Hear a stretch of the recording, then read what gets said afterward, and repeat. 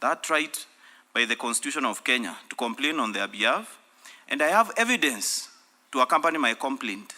So affidavit can be treated as evidence, and as well as the videos that I have of the injustice that has been committed against them, and that's why I'm complaining about what happened or what they should maybe. That's why I'm the complainant about those issues.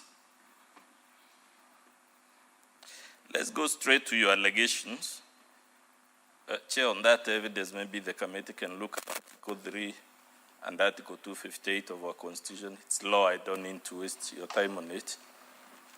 Let's go to the very first allegation, sir, that the governor appointed her husband to non-existent offices. What evidence have you placed before the Senate of those appointments? I have annexed a video to the motion that was brought before this House as Annex 2, which I would like to request that the video be played to this committee, Annex 2 and Annex 5. So, Chair, if we could perhaps see Annex 2. I won't be playing all the videos given the time. And there is also Annex 2A, which is a transcription of the video. We have not indicated direct transcriptions on the videos so that we cannot tamper with the originality and authenticity of those videos. So I transcribed all of them into English, where the videos are in Meru language, so that we will be following those videos using the English transcriptions that are attached to that volume that the Council has mentioned. So, Annex 2.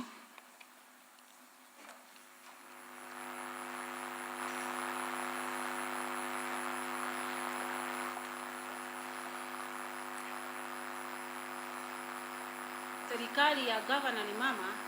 Hiyo kuna mwingine hapa akona work experience kuliko wengine wote. Na department yake ile ambaye anapewa na serikali ya gavana ni mama, hiyo department haina mshahara. Huyu atakuwa akifanya kazi free, akisaidia, akiinua wanyonge, na huyu atakuwa hata na allowances. Lakini tumepatia yeye appointment, maana tunajua yeye ni mzito sana sana sana. Na huyu mzito ni His Excellency, the first gentleman, Honorable Meru Governor.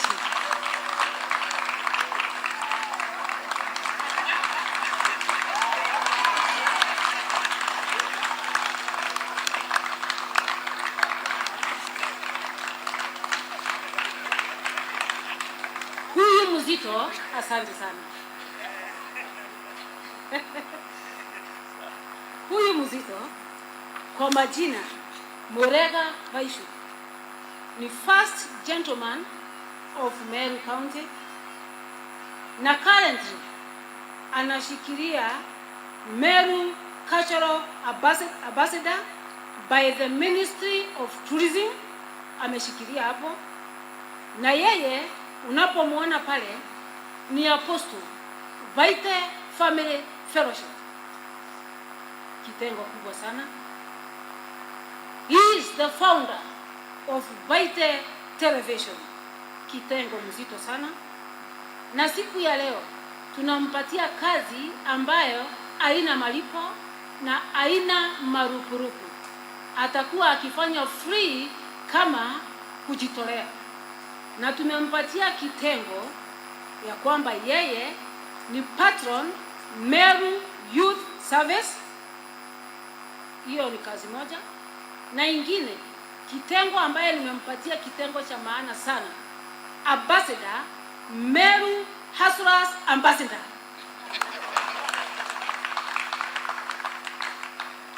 We can pause it there in the interest of time, Chair, so that I move. Hustlers. Honorable DMK, is that video consistent with the governor's claim that she never appointed her husband to the two positions in question?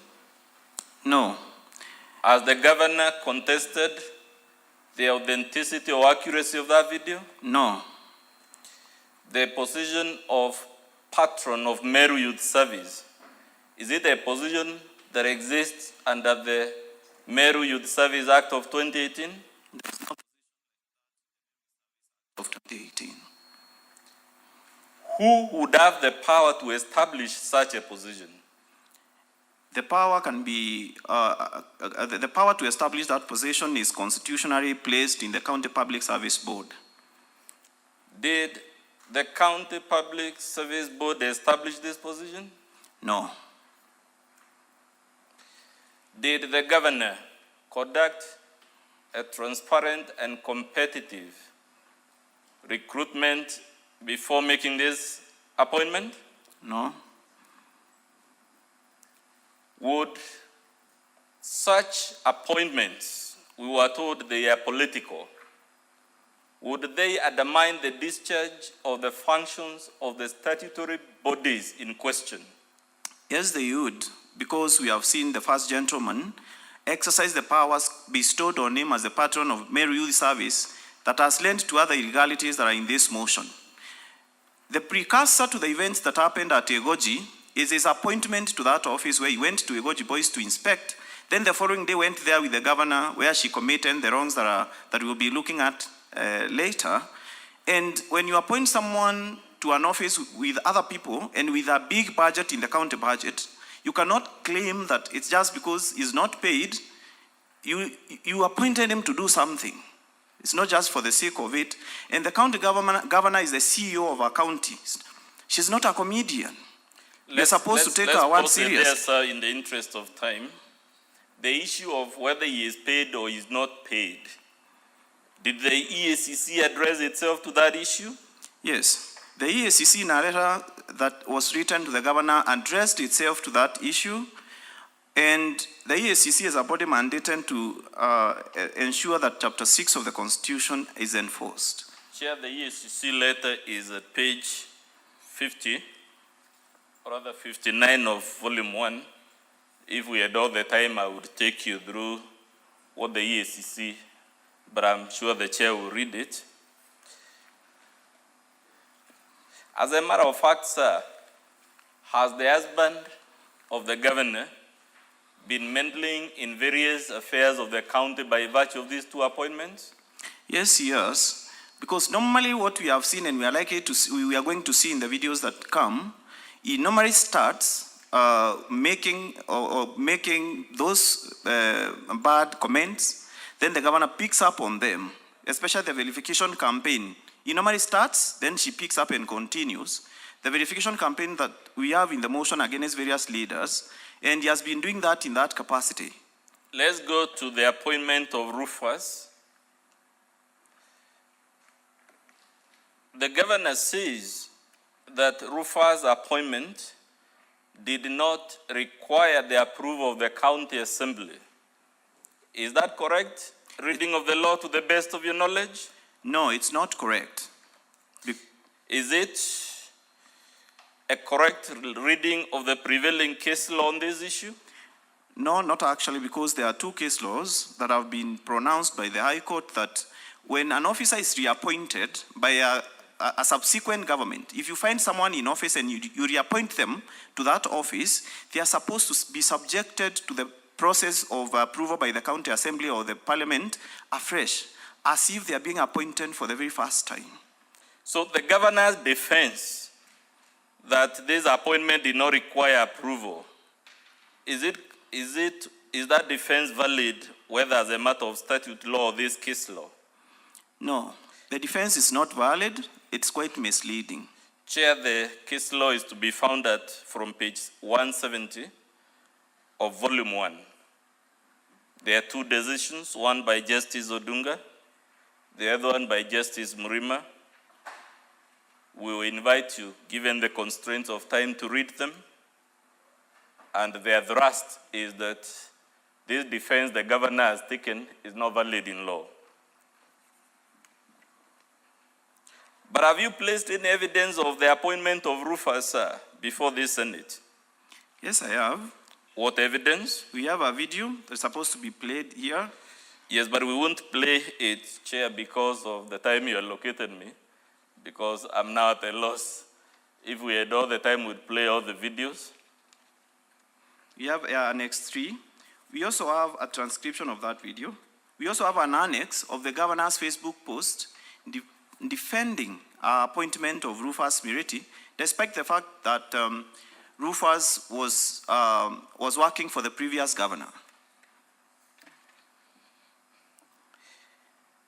Have you placed any evidence on the appointment of Hilary Sadi before the Senate? Yes, I have. And what is that evidence? I have a video of him acknowledging that he has been appointed to that position. I also have videos where I also have other material where the governor has advertised that work later after we started the impeachment, and she realized she did something wrong. She goes and advertises the position through the county public service board.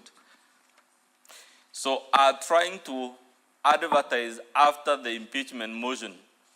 Would that be an acknowledgement that the impeachment, rather the appointment as initially made, was illegal?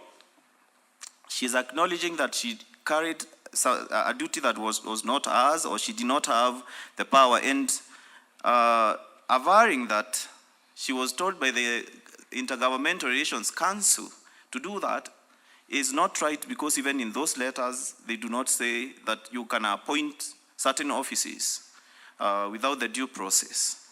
Chairman, I hate to interrupt again. I wanted to request counsel, please, when your witness makes reference to any document, your bundle is paginated. Just tell us which page we can quickly find the document the witness is referring to, so that we can follow the proceedings with you. I thank you. Chair, I'm guided accordingly. Video Annex 2 is in the flash disk.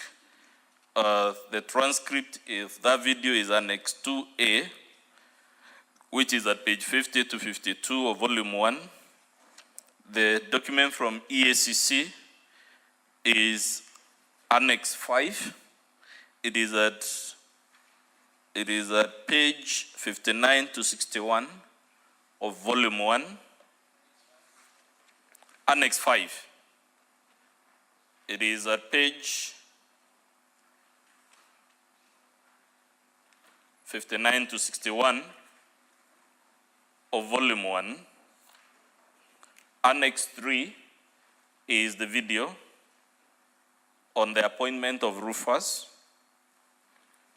The transcript of that video is Annex 3A, which is at page 53 to 54 of Volume 1. The Facebook post that has just been mentioned is Annex 5A, which is to be found at page 62 of Volume 1.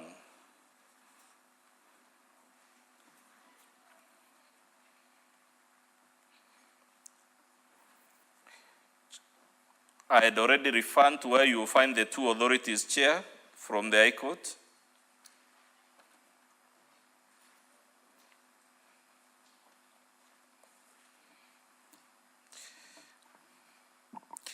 Chair, again, because of the interest of time, I would urge the committee to treat the evidence so far given to the answers the witness has given to my questions to apply equally to all the other alleged illegal appointments, because otherwise I will not be able to traverse the motion.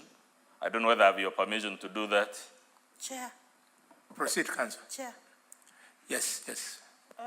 The letter from EACC that we've been referred to at page 59, Chair, EACC is addressing itself to the allegations.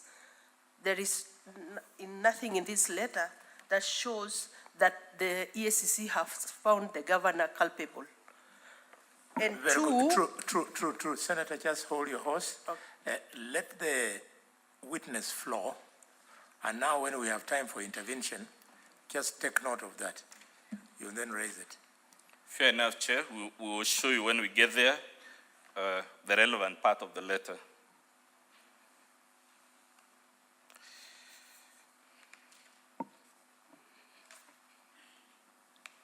Let's go to the roadside appointment, sir, at Timau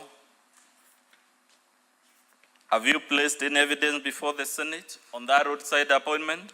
Yes, Annex 6 video on the appointments at Timau, and I would request that video to be played to this house. And there is Annex 6A, which is a transcription of that video because it's done in Kimeru. She was speaking in Kimeru at Timau. So, Chair, again, to borrow, because of the time you allocated, play this video, and the answers to the questions I will ask about the video will apply to all the roadside appointments for purposes of your record. So let's play the video on Timau, which you say is Annex. Annex 6. The page.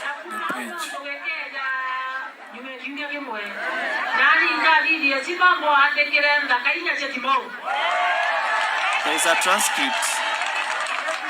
6A.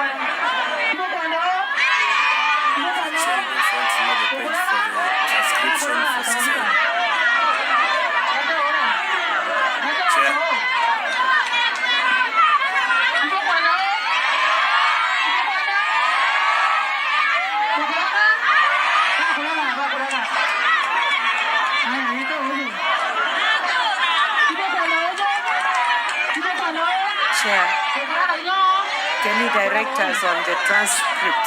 Where is it, that transcript? Chair, the transcript of this video is to be found at Annex 6A, which is at page 63 to 72 of Volume 1.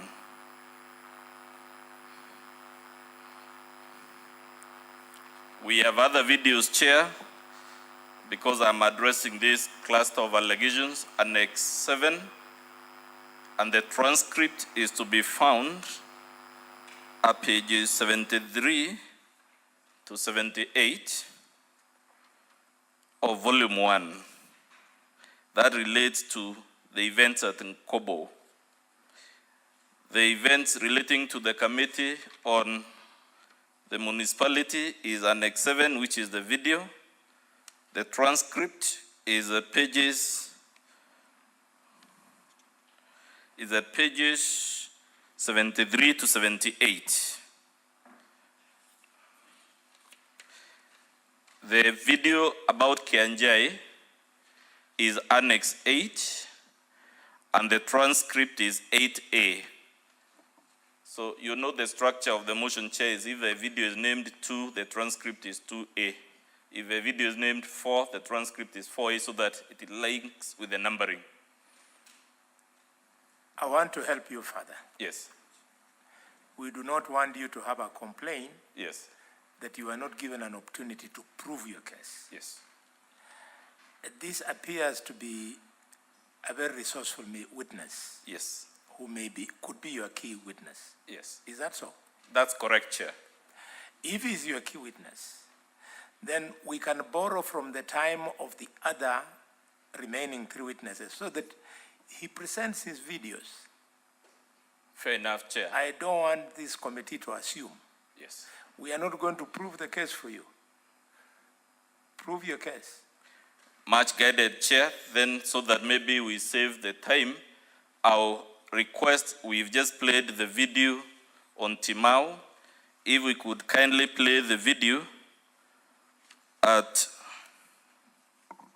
the next video would be the one at Nkobo,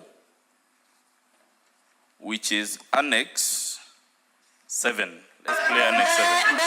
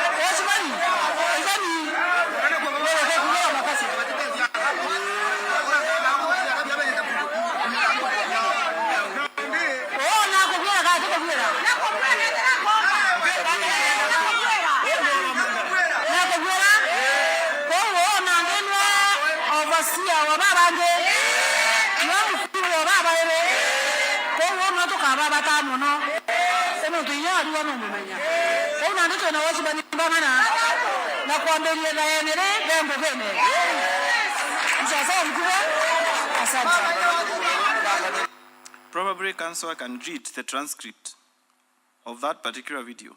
No, we'll come there, Mr. Witness, but because I want to handle this cluster together, let's play all the videos about this cluster of allegations. Chair, that was just Annex 7. Its transcript is to be found, as I said, at pages 73 to 78. If we could kindly play the video about KNJ, which is Annex number 8. Order, Clerk. I think it will help. Just after the clip or before you introduce the clip, say the clip is proving the following. Then they just leave it there. That it is proving this or it has proved this. Chair. Yes. Chair. Yes. I'm really trying to help my learned friend here. You know, he was my classmate. For us to follow what is happening in council, don't tell us the annexure, because your document is not labeled in annexures. Just say the video we are about to play, the transcription is at page 79, so that we follow what is happening. Because, you know, as you know, many of us here don't speak Kimeru at all. I thought, Chair, I had done that already, but I can repeat. Or before the video. Fair enough. I'm guided. Honorable DMK, what does the video about the events in Timau show?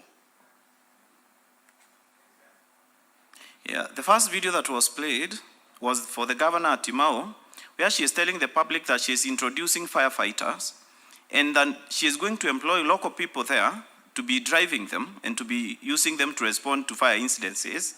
And then she is asking them, if I bring people from far, are they going to know? She mentions various places around Timau that the public seems to know. And then they know that those people who she will bring will not know. Then she goes ahead and the public asks her, can we employ that one? Then that person comes over. The governor says, can we employ that person? The public says no. Then she tells the person, you have been refused, go down. Then next, she did the advertisement and the recruitment and hired them on site and told them you have been hired.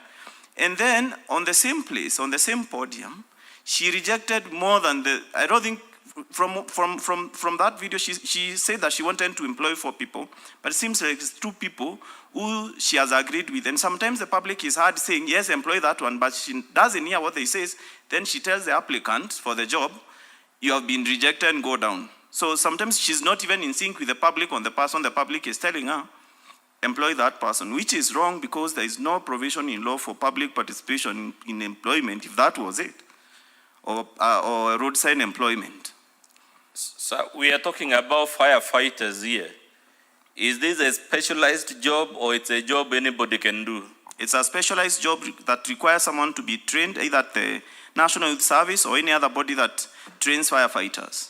Is a political rally, sir, an appropriate forum for shortlisting, vetting the persons who are appropriate for that specialized job? No, it's not. At any rate, does the governor have any legal mandate to recruit county workers in a public forum, in a political rally, the way she appears on that video? No, it's not. It's the mandate of the County Public Service Board to advertise for jobs and recruit competitively for any employee in the county public service. As the governor contested in her response the authenticity of this recording? She has not contested it. Chair, will play now the event for Kenjai, and so that I don't fall into trouble again. Yeah, the next video was where she was recruiting now guards at Nkobo. Let's using the same method. Let's This is do the the third video. Nkobo one. Nkobo is the one that has been played. Let's do the one for Kenjai. Kenjai, Chair, is Annex 8, and the transcript for that video is to be found at pages 79 to 81 of volume 1.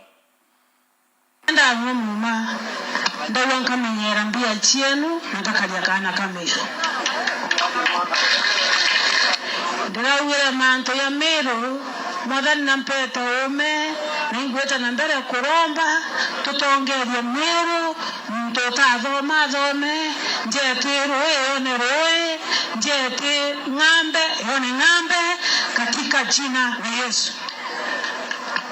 Bwana asifiwe. Uliarende na intobi mingi ndetete, lakini mbere ndete intobi na mbena nkanira nkwenda kuwa by Friday. Chawe mutongerie wule mbere njuma roe rokedra roe soko yeto mbeni nisha njuma tukuwatanira roe kwiri koda roeko roendeni na mbere ya royo wanda administrator amwana sub county administrator ibabwiri kwedra bebu kalidiange bwachara ante batano bakwegera thoko yeto ya Kenjai ninga kachanto urai nyeito nangoe wanda ndimini kenda toba iki utaratibu burabweta bandekwa batokwegera thoko yeto. Tuko pamoja. Mbere royo liyo alizoa wanda administrator na sub-county admin ibabwiri kwezwa buri ukaranze na ntobazoko na tongeria woko na watchman baeri babe ko bakande ko bakalia wote bakalia zoko yetu. Tuko pamoja. Bwana asifiwe. Zoko eneo ke mebango kana mebango yetu ila tueneo eneo ndekira ili zoko number 1 kuimba Henkaimba Henkaimba Waya munono otearaka taratibu Beturo wa miaka ya wadani bongi betuweka wadani bonga wana ni mama wukare roiwa. Hiyo ni uongo. Zoko Henkaimba katika jina la Yesu. Zoko ng'ombe tukamerekebisha. Mondan anto be Kenjai bakedra ko zoko na izoko ina mutongeria mwekuru ukujali mantu akana kama tuamore bonge na bwi drainage baraba ke. Honorable DMK, in summary, what was the governor saying in the video we just played to the Senate as indicated in the transcript of that video? What the governor has done is she was directing the sub-county administrator and the ward administrator for Kianjai ward to recruit watchmen and sweepers, and then she will find a way of regularizing those appointments through the formal process. That they should be people from that area because they are the ones who understand that area. They are hustlers. There are so many people there without jobs, so they should just pick people from that area and then recruit them immediately. Then she gave the numbers of watchmen and I think 2 watchmen and the sweepers who are supposed to be recruited for the market of Kianjai, and directing sub-county administrators and the ward administrators to usurp the functions of the County Public Service Board. Would that amount to interference with the statutorily ordained organs and procedures for employing county workers? Yes. Does the governor have any legal mandate to recruit county workers of the type she was directing the ward administrators to recruit? No, it's illegal for her to do it, and it's illegal that she's directing someone to commit an illegality. Would our interference unduly influence the recruitment of the cadre of workers in question? Come again? Would the governor's usurpation unduly influence the County Public Service Board in employing the specific cadre of workers referred to in the video? Yes, a usurpation can interfere because she's the CEO of the county. Does that exert undue pressure on them to employ the specific persons the governor has identified in the public rally? Yes, that's what she was implying by directing them to employ, then they bring the names, then she's going to regularize. It means that she is going to apply undue influence to the public service board to recruit the people these people have been ordered to do.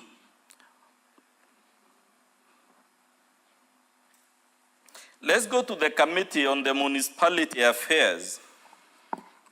Is there a law that regulates how the municipality of Meru is to be run? Yes. The County Assembly of Meru adopted or passed the municipal charter that has created the municipal board that is supposed to oversee all matters to do with the management of Meru town, because it has been classified as a municipality under the Municipal and Cities Act. What is the body authorized by that law to run matters of the municipality, whether it's parking, whether it is garbage collection, whatever it is? What is the body mandated by law to deal with those issues? It is the municipal board. Does the governor have any powers to direct the municipal board how to discharge its functions? No, it's an autonomous body. But have you placed any evidence, sir, before this Senate of the governor's interference with the functions of the municipal board?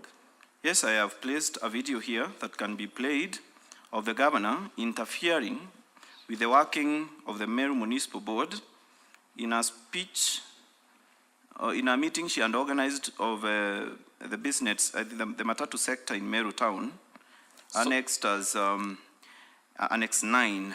Then there is Annex 9A in the motion. The with transcript, the Chair, Annex 9A would be at page 82 to 85 of Volume 1. We can now play Annex 9. To identify narangkari kakamata to kana kudi de obstruction in town na to ti fringe ke muntonge na to tonyela biashara muntonge ende kidan na kodi duake excellency stage de G4S na edu zo ko me la ora na ru amen babara padare by we folam bandi de kedurano ikenda ndo stage de ere individual te kuwani ndina moto na bobe to kedurano na bakaigwa huaba umere bakaumera no to bamba kula kumera bakaumera bakaumera bakaumera bakaumera bakaumera your excellency bakaumera bakaumera bateja bambe baito bere baba mama mio Kenda baba ange bona sauti ya hokeria. Oh. Aya, kamete yetu to imeambiria tumekire bwana Angelo kwa Angelo Neze. Kamete yeje ikedwa ina mzungu eko mzungu inaitire. Mzungu eko ametoka.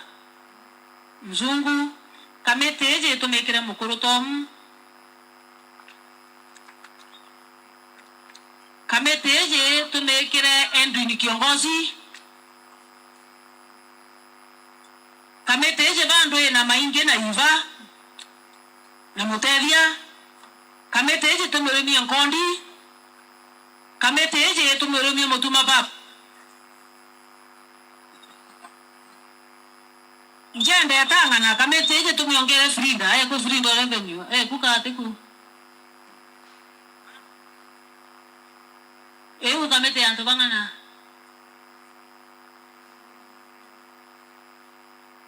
kwa kayatabu sasa utukwa na ina njenda natonye mse wetu natonye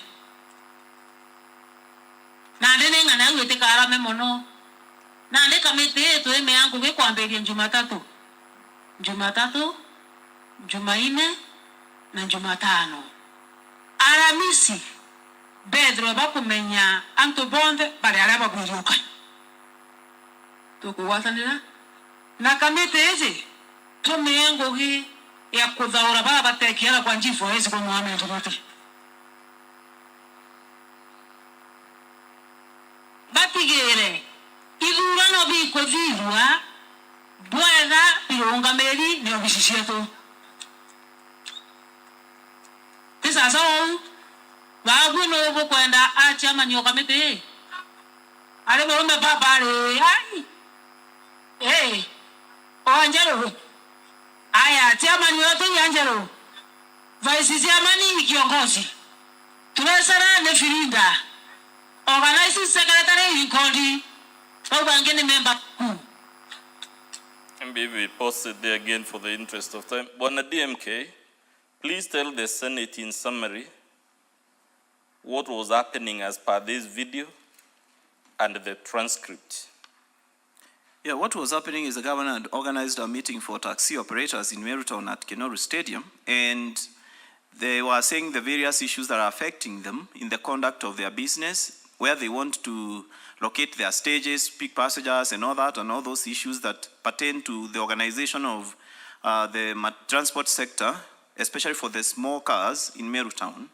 And now, in that particular meeting, she is directing who will be the chairman. She first of all picks people randomly from the meeting, and then directs who will be chairman, who will be vice chairman, who will be treasurer. And then that is the committee that she has told at the tail end of the video to go out there in the town and conduct elections for various matatu stages. And that's not their work. These people she has lined up in the video, there was an Angelo there. Is he a member of the Meru Municipal Board? No. Is Muzungu a member of the Municipal Board? No. Is Tom a member of the Municipal Board? No.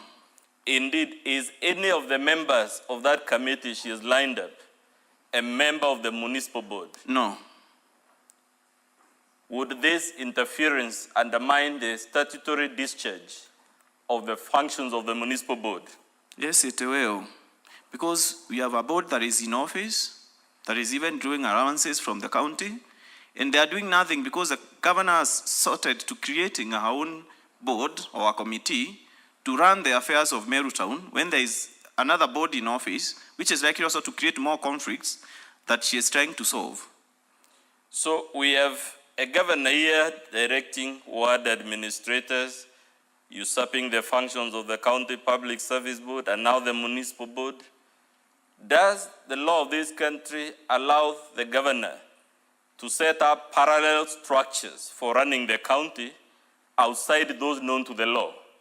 No, she's not allowed. I think she operates on the paradigm that maybe she's the first governor, there are no structures, there are no laws. She's creating her own systems.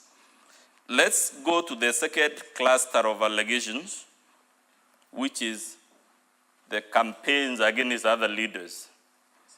Starting with the minority leader, have you placed any evidence before the Senate Yes. to support the allegation of humiliation of the minority leader? The video Annex 11, there is a video and there is Annex 11A, 11A, which is Chair. a transcription of that video. 11A will be found at pages 86 to 90 of volume 1. If we could play Annex 11.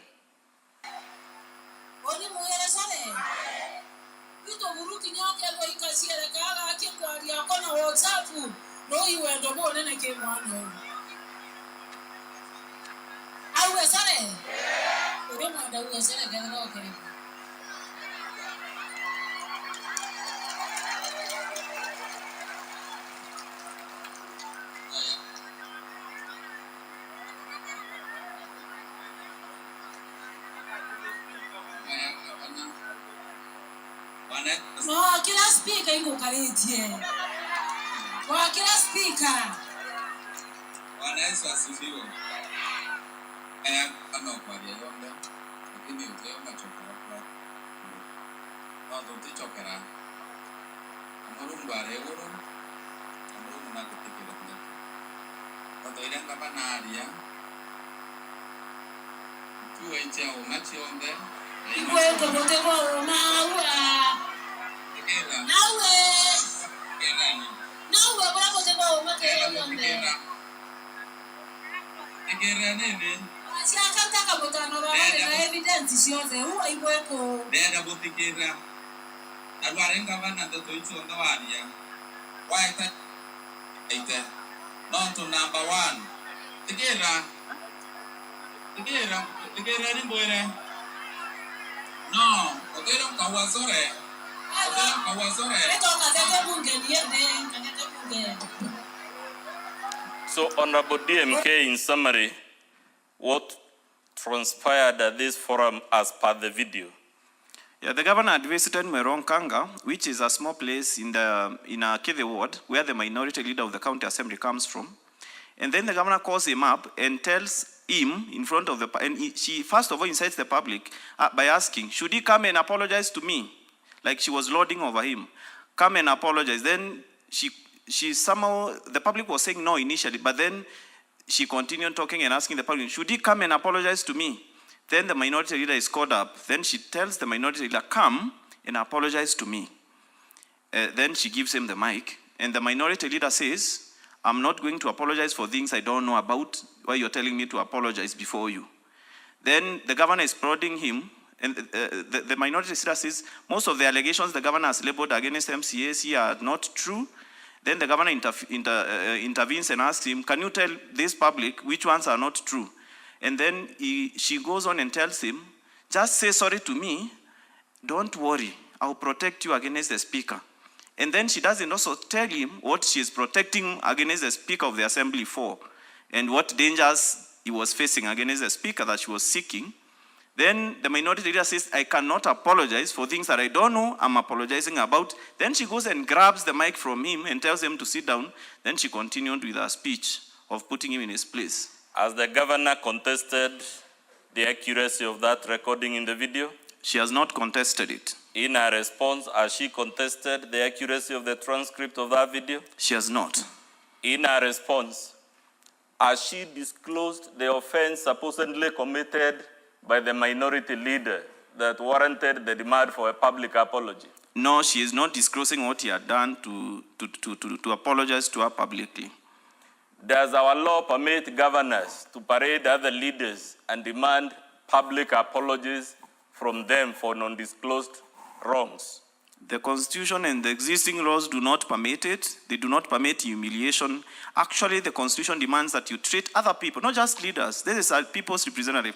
Do not treat other people with respect. That is chapter 6. It's a basic requirement of chapter 6. Does chapter 6 forbid bullying? Yes, it does. And even the Public Officer Ethics Act defines what bullying is and forbids it. Let's go to the events revolving around the senator. Chair, before council moves, Chair, because there was a specific allegation about the grabbing of the microphone, and I know we are constrained for time, it will be beneficial for us to be able to see that for ourselves. I have not seen it on the video that was played, so perhaps we can see that video in its entirety because there was a specific allegation. Maybe you can play it towards the end, Chair. Towards the end. Order. In fact, I have given you an extra 30 minutes. Your witness is now 4 minutes away from 1 hour. So, organize your evidence so that you conclude it in these 4 minutes. Okay, Chair will organize accordingly. The challenge, as I said, is we have very many allegations and we are all constrained for time. I would suggest we go to the video, if I have your permission, that relates to the Senator and the Cabinet Secretary, which is Annex 13. The transcript for that video is Annex 13A, which is to be found at pages 98 to 101 of Volume 1. If we could kindly play the video.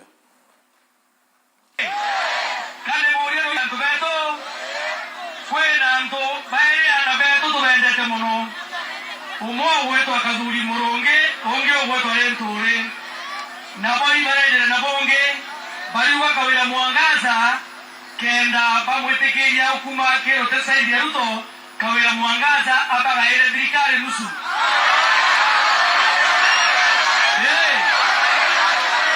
Babu mukwenda Kawira Mwangaza araira ntore na kaburi thirikari nusu. Kokorea Oto boge inga bere Kokorea Olia kwandokanya kaburi muronge na lentore lekane nina Kawira bange thirikari yawe andike kabineti yawe anabaya kwenda kuandika yawe mwene nani mwide Kawira akwambia kurega kubaya thirikari bambia wega bitina katika Kawira na Ruto lakini ane mbele Kawira Mwangaza atandukana na Ruto basikene moja kwa moja lakini lentore na kaduri Kawira atego waira thirikari na leo alitobeto baua kesi kuisha Gavana ni thirikari tegwa mukate nusu na tegwa mukate kwata imukate fundo baya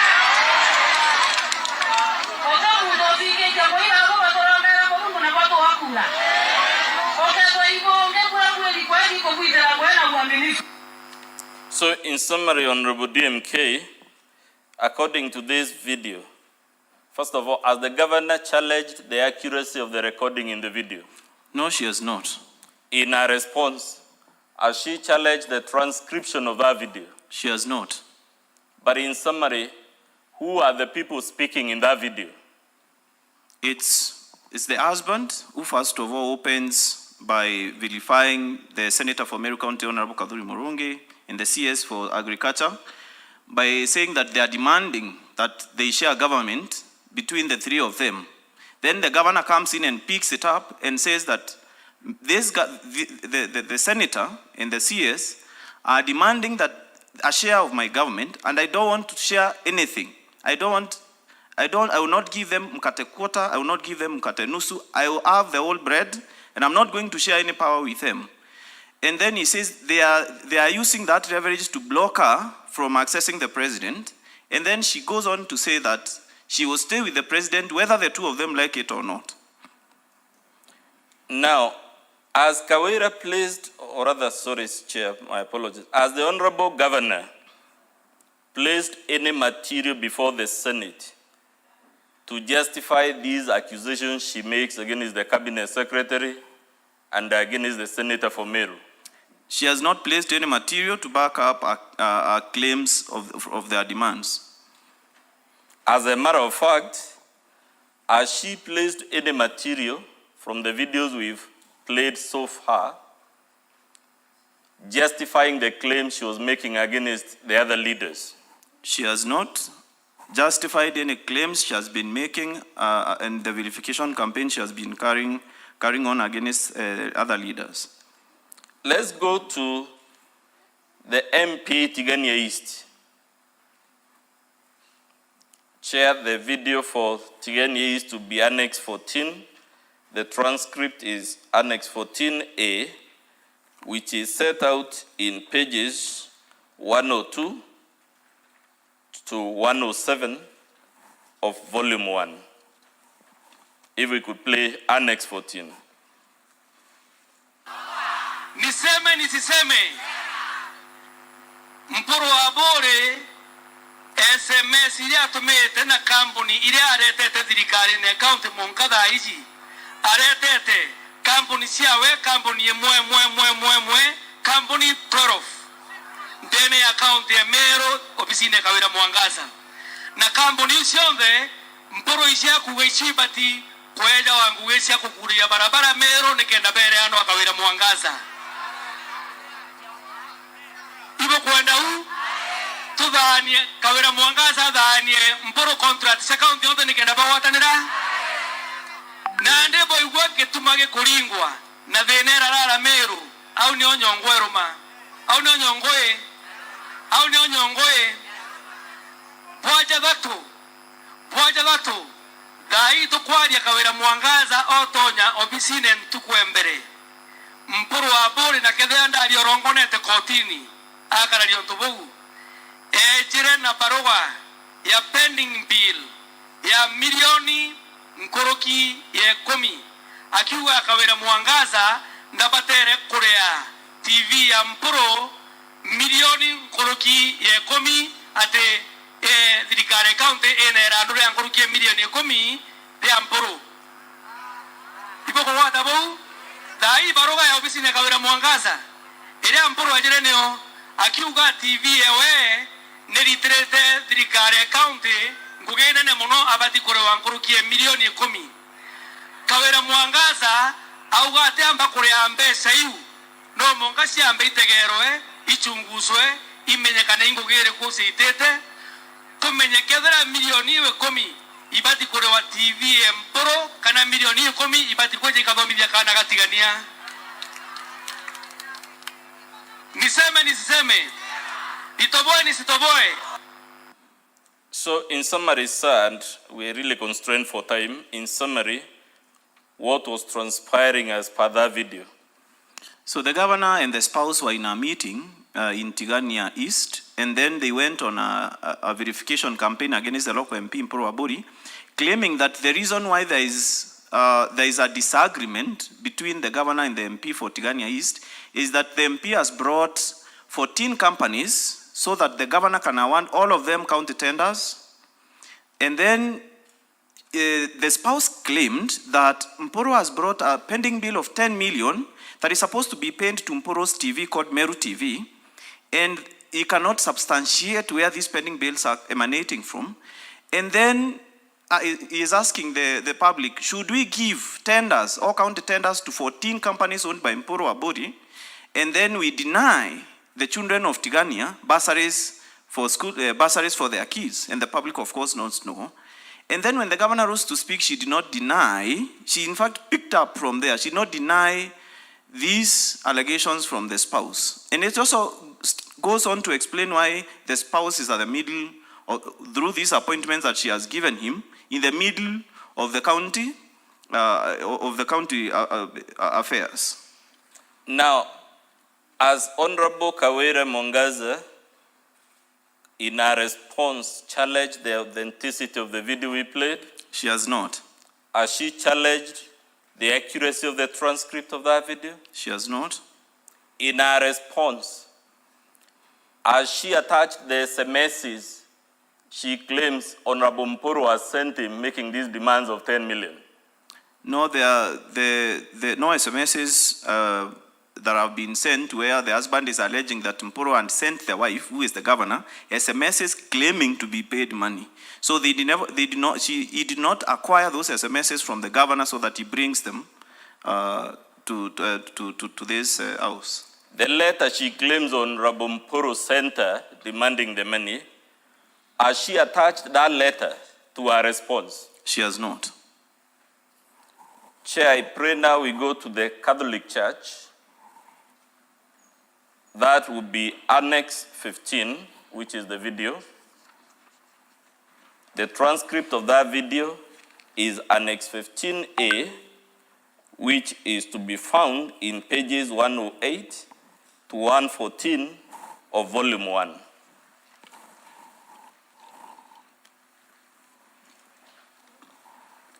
If we play the video, Chair. Wetu ambara mua gotumwa ne mbaraki. Erete okarumane. Kwanza kila dakika wakiomba wanaomba amani. Na wewe ndio governor. Kwani wewe hutaki amani? Na kama hutaki amani, naona umeanza kuchanganyikiwa. Na umechanganyikiwa, ungeingia kwa hii kanisa leo ulikuwa imevaliwa rent. Mam, ukijua rent inamaanisha nini? Kikatholiki wacha nestimani. Iwo na bagekera cia rendi kana cia papo kana cia pinki. Na meankie kathiorongwa. Bado itakuwa baraka. Na wale advisor uko nao hawajasoma na wewe hujasoma, ndio unaona umeanza kuingilia hata mambo ya Mungu. Ndio sababu unaona sisi tumevaa zile nguo za led, kwa sababu wale wako na shida na sisi. Hiyo maombi itaonyesha mambo. Hiyo kanisa unasikia tukiitwa wezi nini? Ajue kama si Katholiki mimi singekuwa naongea. Katholiki ndio ilichukua walemavu, Katholiki ndio inachukua yule mtu mlemavu, inaweka wanakaa na yeye kwa nyumba moja.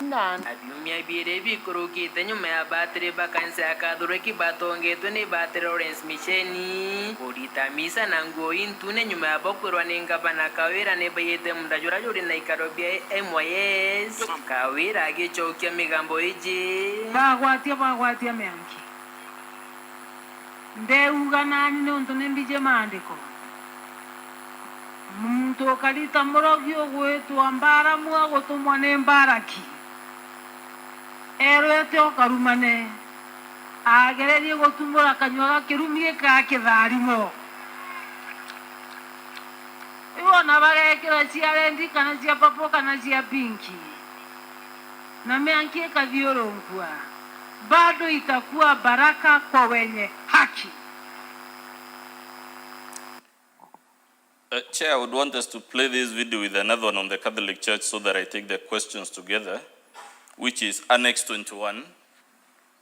But as you do it, yes, I want you to be aware, yes, that this witness has done 1 hour and 4 minutes. I'm conscious of that, Chair.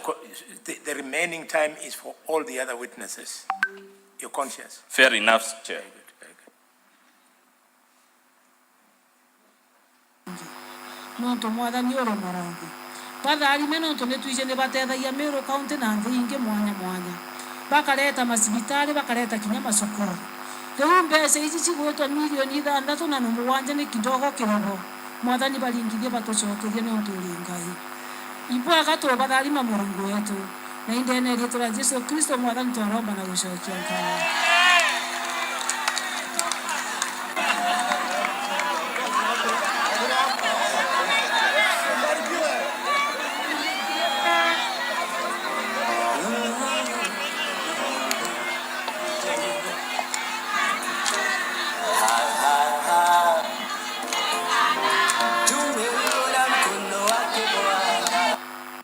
So, very quickly, Honorable DMK, what was happening in these events recorded in these 2 videos? Yeah, so the governor has gone to war with the Catholic Church, even from our own submissions, saying that they stole the land at Igoji, where Igoji Boys is placed, and they elected a school there, Igoji Boys, which now was leased to the previous county administration by the church, where... Chair, again, I am totally lost. Which page is that transcription? For video 21? The page, so that we can follow the transcription, please. Page 108, Chair, of Volume 1 to page 114. Yes, so the governor now was mocking the priests for wearing red apparel or whatever clothes they were wearing to do a mass, And they were doing this march because the governor had told them that they have stolen 6 million shillings from the county. So she was conducting a mock prayer against the church and saying, they do good deeds, but they have stolen 6 million. May you, God, touch them to return that money to the county. So then she sees off, in video 21, she sees them off. As they left, the priest left the venue of the meeting after the governor and finished, of course, vilifying them to the public. Has the governor lodged any complaint to the Land Commission to confirm the Catholic Church grabbed the public land in question? I have not seen any complaint the governor has launched with the National Lands Commission to establish the legality. Chair, or I really hate to do this, Chair, but Council, please direct me to the page of the transcript where she is saying the Catholic Church stole this land in Igoji. Just please, so that we can follow what is being said. On which page is that? There is from page 108, Chair, and I think at this rate, Chair, I also crave for your protection because even after I give the pages, my colleague still comes back to complain I haven't given the pages, and it's eating really into my time. I had indicated it is pages 108 to 114. Chair, I think Council has misunderstood me. Very well. Council, bear with us. Why we are bending all the way backwards is because we want to give you a chance to make your case. Yes. We don't want to make decisions based on what we think. Yes. We will make based on what we hear from you. And please, the stories of your colleague, those were your days. When you're here, he's the Senator for Nairobi, and you are the counsel for the County Assembly of Meru. Fair enough, Chair. I'm just pointing out your answer to show I had actually given the pages. Chair, he has given a range of pages, 108 to 114, which is a long transcript of the entire speech. There is a specific allegation that the governor is saying the Catholic Church stole land at Igoji. For that specific allegation, I want the transcription, the page. Where it is at page 109, Chair. Page 109 of volume 1. Maybe I have the wrong document, Chair, because at 109, I do not see that transcription. Chair, I'd encourage you to see your page 109, the very last paragraph in English. I encourage you to see the second paragraph in page 109 about the religious apparel.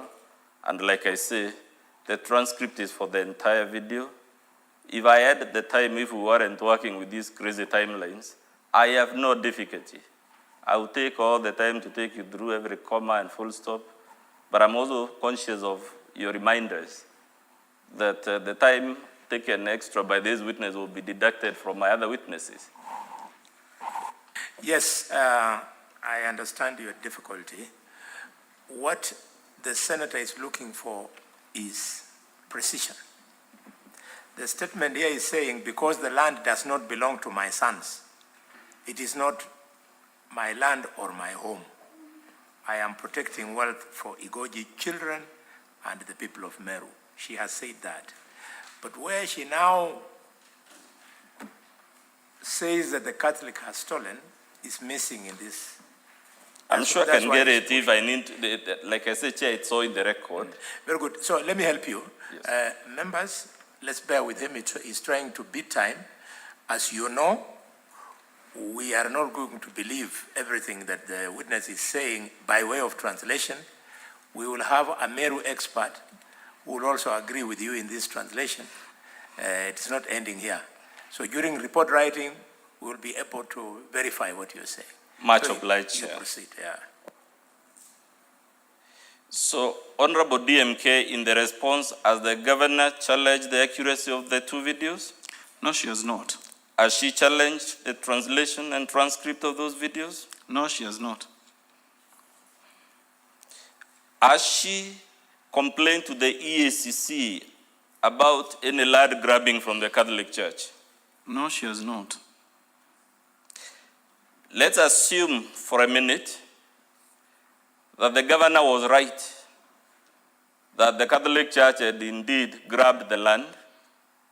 Would that entitle her to make these utterances, given the emotive nature of land in this question, in this country? No, the utterances are quite risky and dangerous, even endangering the lives of the priests who are there in that particular function. And also, it's likely to stir, because we have seen in so many countries where a region has been used even to wage wars against each other. We have seen the breakdown in Central African Republic. Sudan was divided because of a region. Northern Ireland, Nigeria, Biafra, so many other countries where a region is an emotive issue that should be approached with caution, especially by people in authority. Chair, the legal counsel is giving speculative information rather than the, affidavits as shared, the transcript as shared, seeking the opinion of the witness is not in order. Yes, Senator, the counsel is an experienced lawyer, and you know that you're doing that at your own detriment. The committee will not pay any attention to that opinion. So it's not helping you. I'm guided, Chair. Counsel. I'll retract. Let the witness spend his time, adducing evidence. But opinion, it just ends there. Opinion will not affect us. It will not direct us. We know where to get opinion from authorities. The witness has not all of a sudden become an authority. Honorable DMK, is organizing public rallies by governors the official way of addressing land grievances in this country? Of course not. Let's go to the allegations about forceful entry into the assembly. That, Chair, would be Annex 16, and will play together with Annex 17. The transcript for Annex 16 is to be found at page 115 of Volume 1. The transcript for Annex 17 is to be found at page 116 to 121 of Volume 1. If we could begin with Annex 16.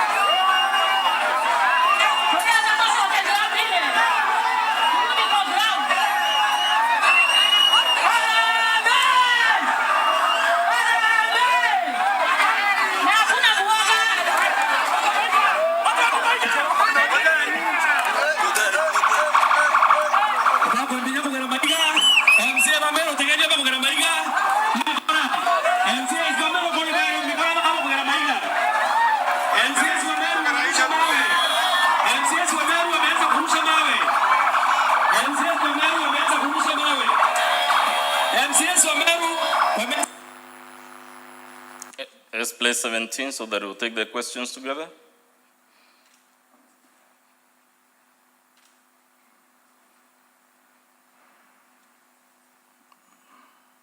That's not the video. Annex 17, please.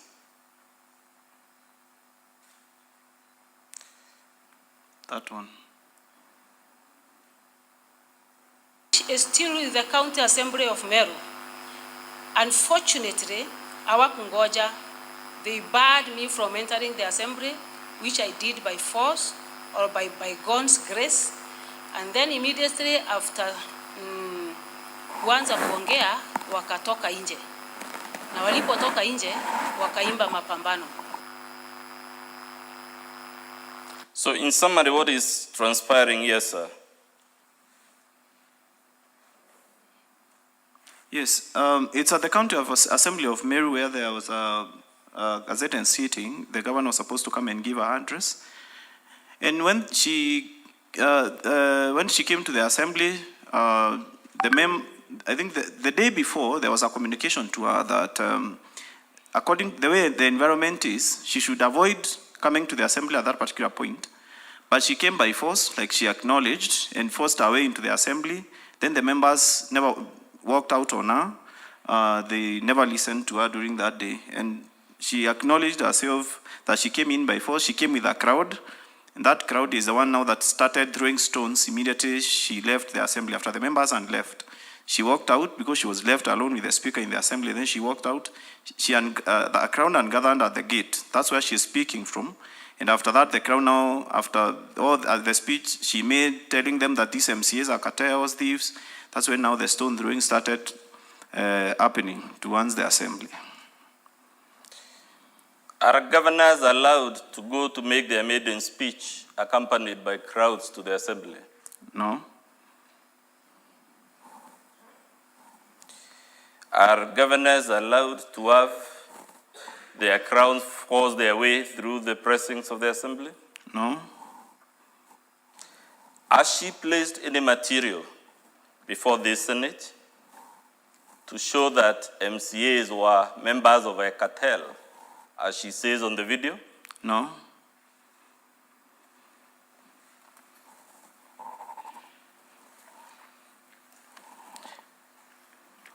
Chair, we now propose to deal with the allegation on PFM laws and their breach. And for that purpose, we will play Annex 18. The transcript is to be found at pages 122 to 127 of Volume 1.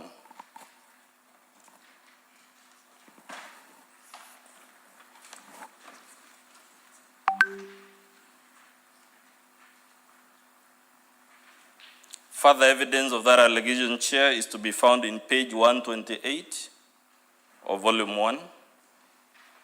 If we could kindly play the video.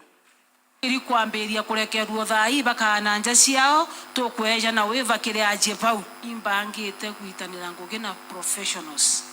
Ndauga professionals ikuga CS na chief officer bara tugatara no monka bedro baije betete kulita ngugi iriku na bare alitingoge ba thirikari kana bare alitingoge ba sibitari para bomba kuelewa mantu ya mwaje na mantu ya mulitingoge onge mwenzao.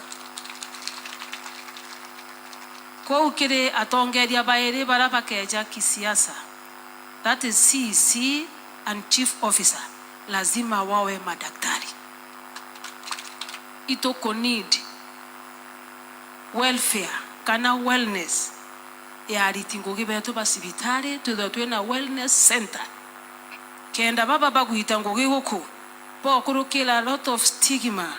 Kuona antu baunekangi kuona antu baje tu bakaliona nona bakethwa bena center ire inyabo bongwa bomba kwarirwa be madaktari betu bakaigwa bagacokanira. Bwana asifiwe.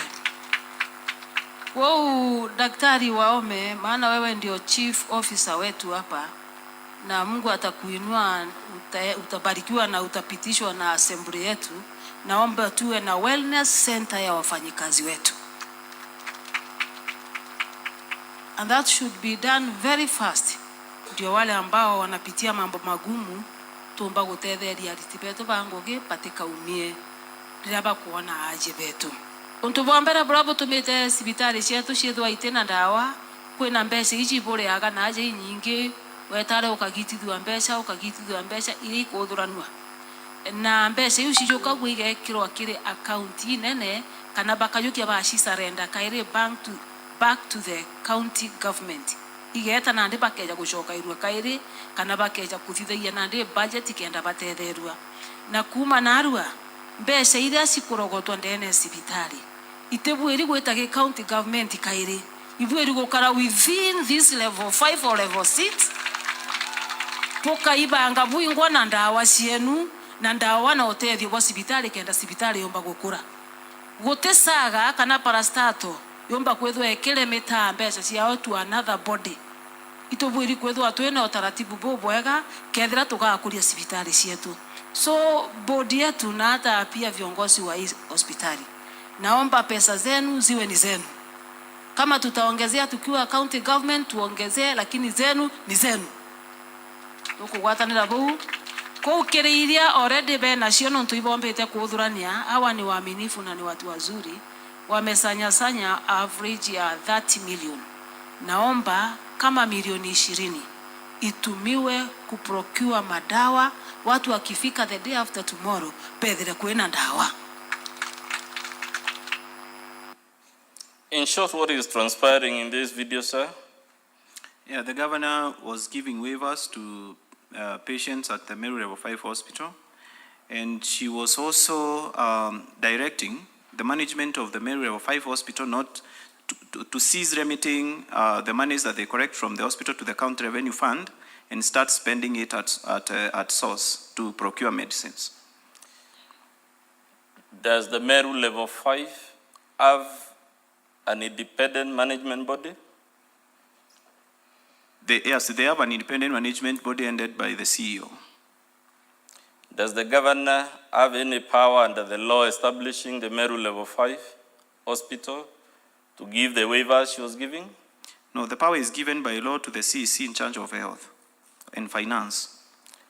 Would the governor's directive interfere with the free and independent exercise of the mind of the CEO and the board? Yes, she is the CEO of the county, so our word is taken with the evidence it should be taken with. Lastly, Chair, this is the last one. Let's deal with the misconduct under theme number 5 about nomination of CECs. The evidence, Chair, will be Annex 19, which is the video, and the transcript of Annex 19 is at page 132 to 137 of Volume 1. Further evidence is in Annex 20, the transcript of which is to be found in pages 138 to 139 of Volume 1. Again, in the interest of time, I would pray we play the two clips together, then we can take the questions. Onakana ke tukache ngwani MC tukawali turamwadhani kagetatea nuntu murango jumojo aingana murungu algura mirango mugwanja kwa untena wasiwasi ya kwamba I made the right choice kuojere goji na kiangwa kana getu kenda kapeperusha bendera ya Meru County kageta kwa waziri chawekasti na bado sijakosa matumaini nimbije gitare gakinya na kaka kana kapika lanja hapana huyo ako kwa serikali ndani kabisa kera logana gewa muingira ke waziri kuinga milango.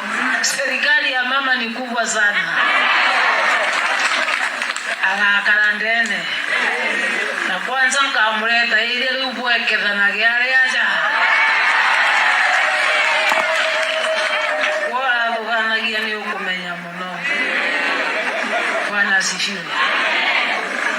Kwa hiyo mwaga shuri kirego juju leonde ena power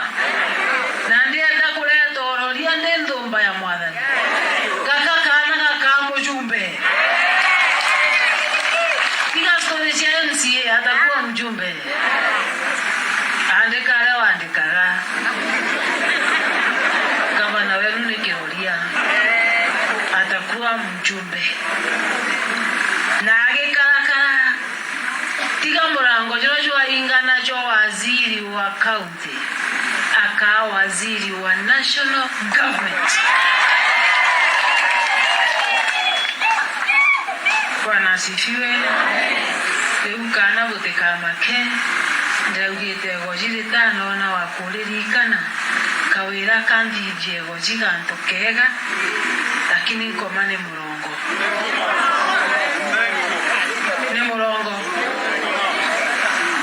nego jinkari gwatiro na nkari kali. What is transpiring according to that video, sir, very quickly? Yes. Now, the transcript in translation to that video is the governor was at Igoji Westward, and she was trashing the process that was used to reject one of the nominees from that area where she was. She was the nominee for youth. And then she says that even if the MCA for this area read the process of rejecting her, I'll bring her here as an administrator so that they can be pushing each other from here. Because she was a contestant in the previous election against that MCA, then the governor nominated her. So the governor was directing that she's going to bring her into government and bring her right into that ward where she was contesting so that she can be able to deal with that MCA because of rejecting her to be a CCM member of the County Assembly of Meru. What should the governor do if a CEC nominee is rejected by the Assembly? She is supposed to resubmit names with a fresh list to the County Assembly for consideration according to the County Assembly's Approval Act. Has the governor done that? No, she did not do that. Indeed, she usurped the powers granted to the CCM under the County Governments Act, under the County Governments Act, and she reduced the ministries from 10 to 6, that is 46 of the County Government Act, and she reduced the ministries to 6 and said she is not going to submit any new names. She just, the 3 who are approved out of 10, she gave them more departments, and the deputy governor one more department, and collapsed the department without the involvement of CECs who had been approved themselves and refused to resubmit fresh names for consideration. Is the governor allowed to conduct public vilification campaigns against an assembly for rejecting a CEC nominees? Of course not. Now, very quickly, I'll show you the response by the governor to the motion before you.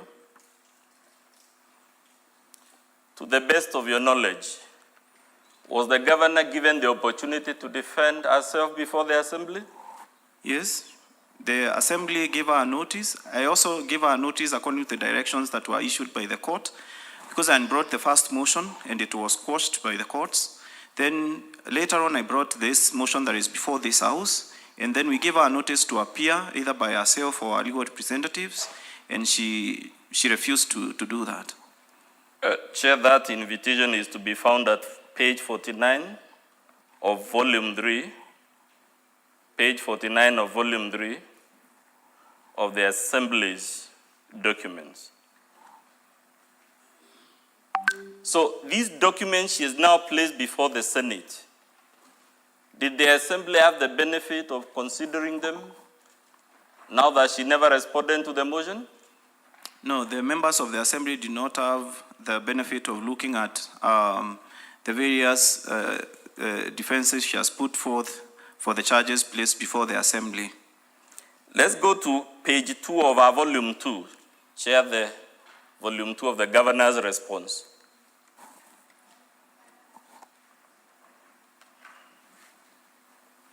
You have opened page 2 of the governor's response. It's 2 in bold at the bottom.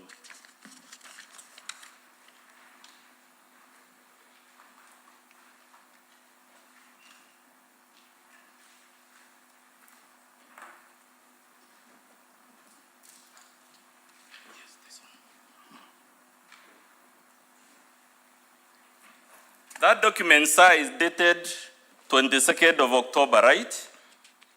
Yes. Would the governor with due diligence have placed this document before the Assembly? Yes, she should have brought it before the Assembly.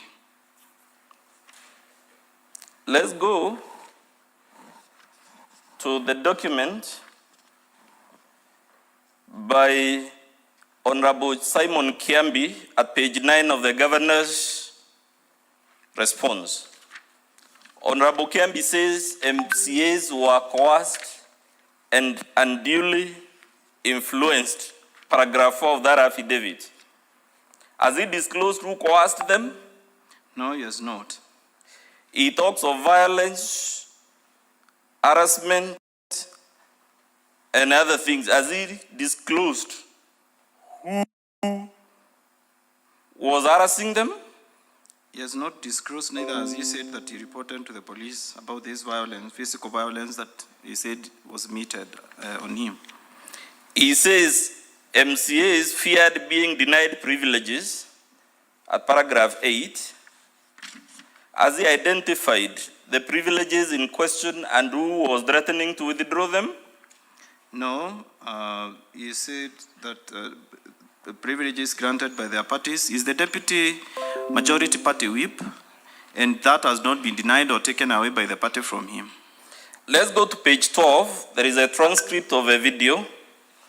Was this video available to the governor at the time of the impeachment? Yes, the video was available. Could she, with due diligence, have placed it before the assembly? She should have placed it before the assembly. Did she actually place it before the assembly? No, she did not.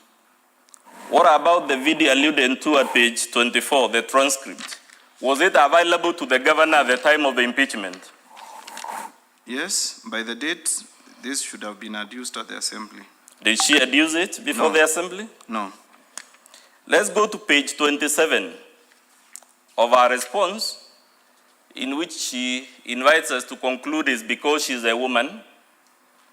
That is why she has these problems, and she alludes this to show that the former governor, who was a man, equally appointed his spouse.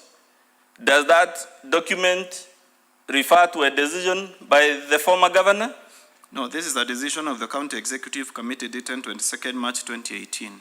So does that document show that the problems the governor has is because she's a woman? No, our problems do not relate in any way to being a woman. This decision at page 27 cites a particular section of the law. As the governor in her voluminous response pointed a single section of the law permitting her to do any of the multiple things she's done? No, she did not point to the laws that were permitting her to appoint the spouse to county offices. Let's go to page 42. What's the date on that document? 31st October 2022.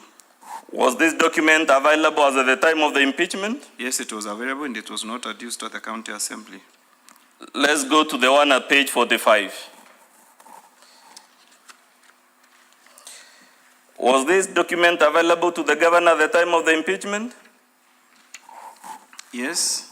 By the date written there? 145, this could not have been available because it's dated 19th December. Oh no, no, page 45. Page 45. My page 45, Chair, is the letter from the Speaker.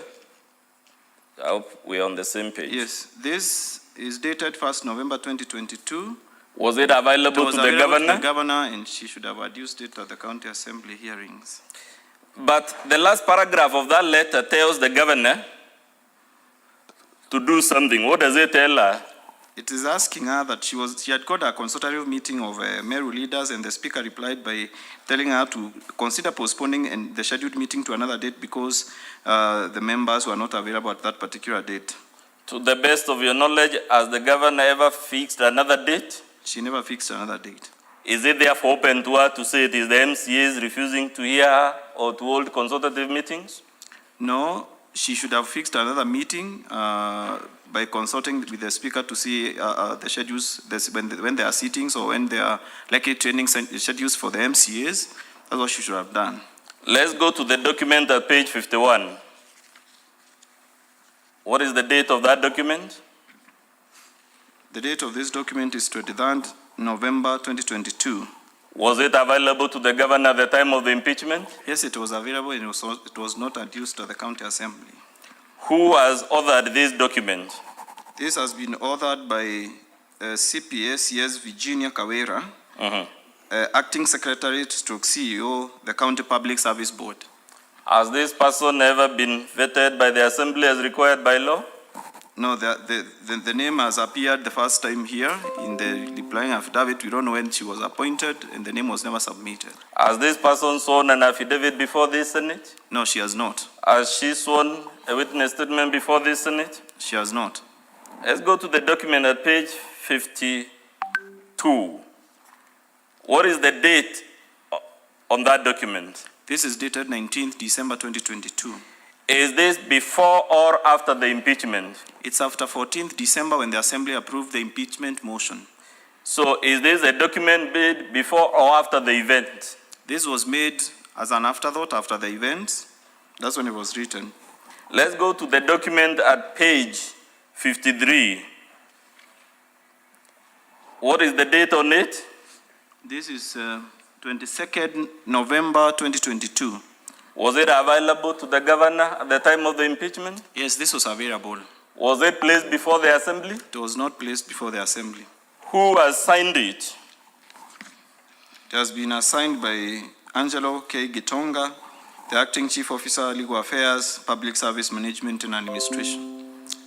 Is this a member of the County Public Service Board? No. Would this person therefore be competent to speak about the illegal appointments? No.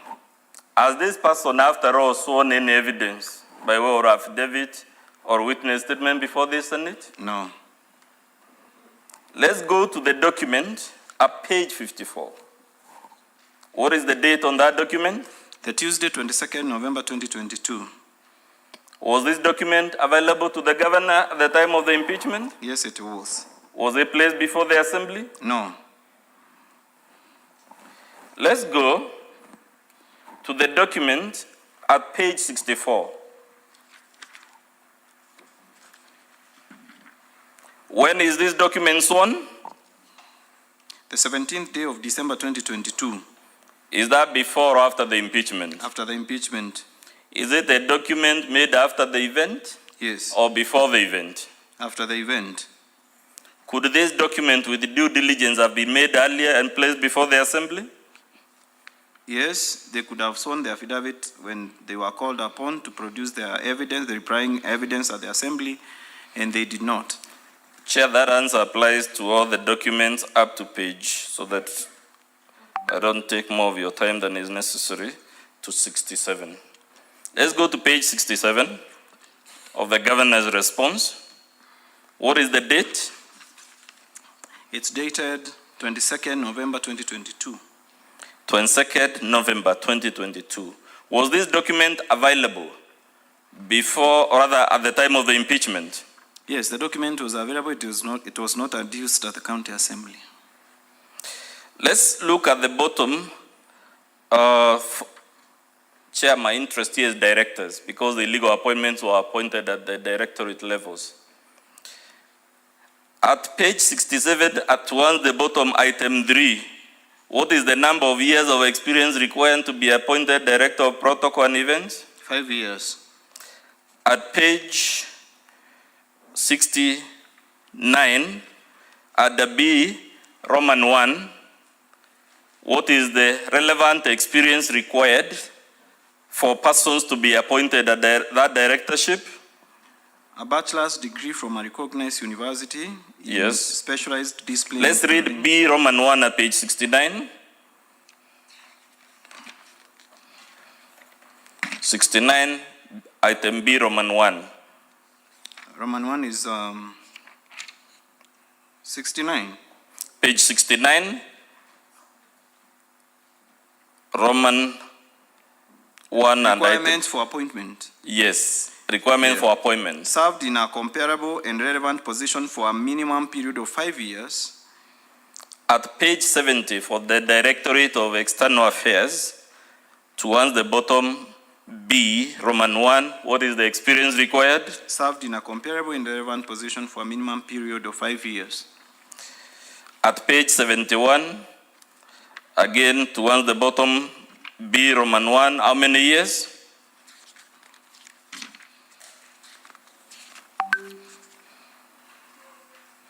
5 years. To the best of your knowledge, sir, the illegal appointments complained in the impeachment motion, does any of those persons have the experience of 5 years in public affairs? Hilary Sandi, Muzungu, and the others. The one I'm aware of is the Hilary Sandi, who was appointed the Director of Communication, who does not have the relevant experience. The governor says she was entitled anyway in her response to appoint Hilary Sandi because it is one of the political appointments of the staff of the governor. Now let's go to page 76 of the governor's response. Under item 12, what is the advertisement made there? Vacancy number MCPSB, dated 12th November 2022, Public Communications Officer, Officer 2.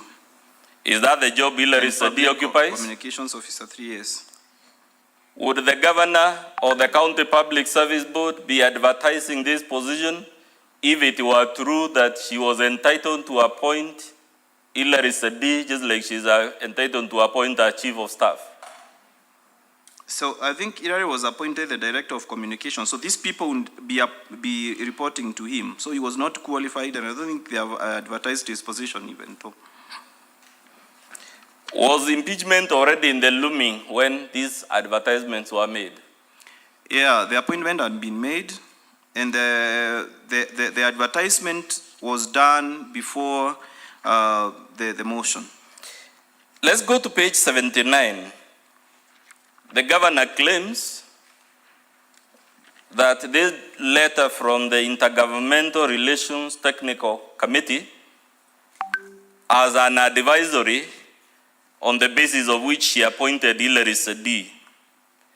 Is there anything in the content of that letter telling her that she can appoint people like Hilary Sadi to those positions? Of course not. I've read through it. There's nothing like that. As a matter of fact, sir, does the Intergovernmental Relations Technical Committee deal with issues of county appointments and their staffing? Of course not. This one deals with the relationship between the county government and the national government.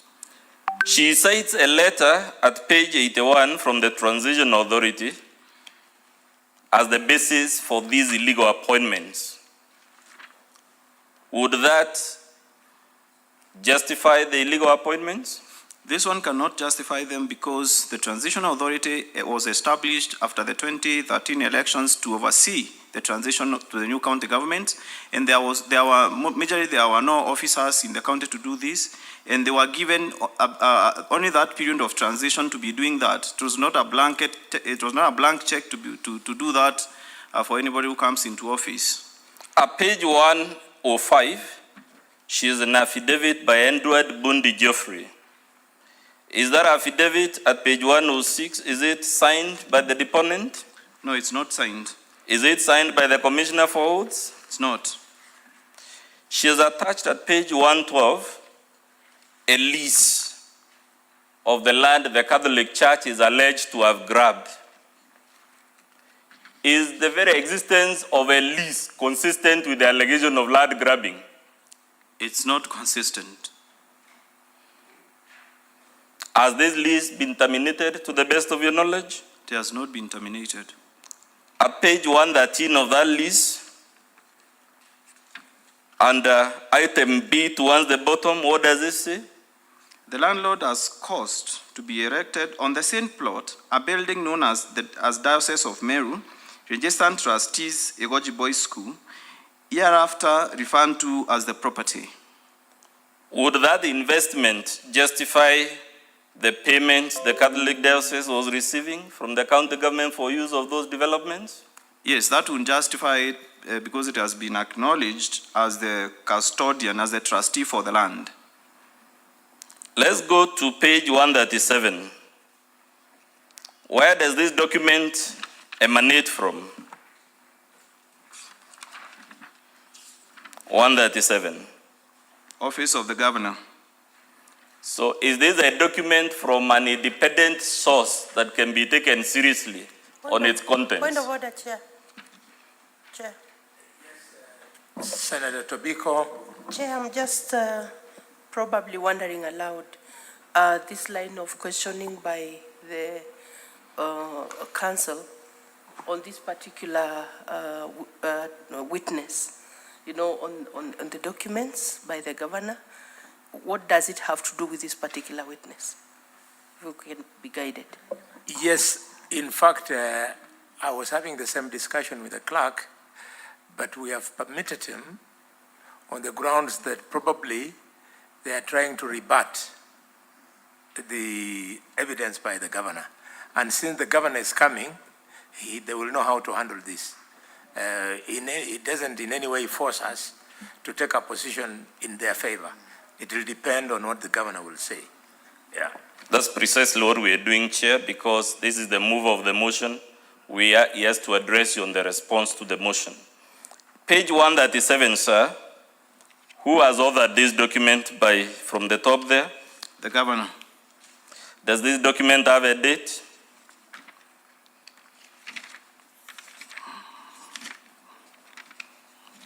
This appears not to be dated. It is not dated. Yes, it's Is not. Is it a document from an independent source or from the person accused of the wrongdoing? So it's a document used for self-defense. It's a document used for self-defense. Let's look at page 156. That's a transcript of a video. Was this video available to the governor when the impeachment took place? Yes, this video was available and was not adduced at the assembly. Would the same apply to the video transcribed at page 159? The same should apply. What about the video at page 158? The same should apply. Let's go to the document at page 161. The governor's case is that Meru level 5 is autonomous. Are the directives we saw in the video giving consistent with the autonomous status of the Meru level 5 hospital? Of course not. Let's go to page 178. What is the date of the document? 24th October 2022. Was this document available at the time of the impeachment? Yes. Was it placed before the assembly? Of course not. What about the one at page 179? Yeah, this document is dated the 5th of July 2022. It was not produced at the assembly. Lastly, sir, the governor says the reason she never availed herself of the opportunity to defend herself is because your motion was against a court order. Is that correct? That's not correct.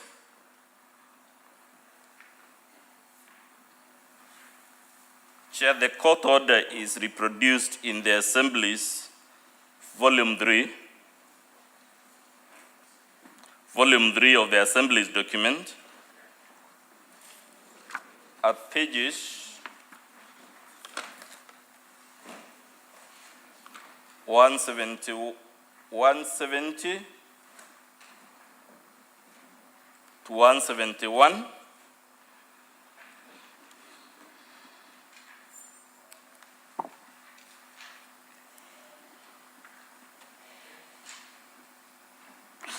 We have also produced it also, Chair. I'm just trying to confirm.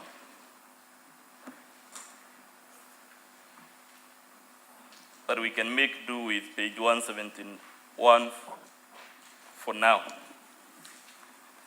Please read to the Senate the terms of the order that the High Court issued.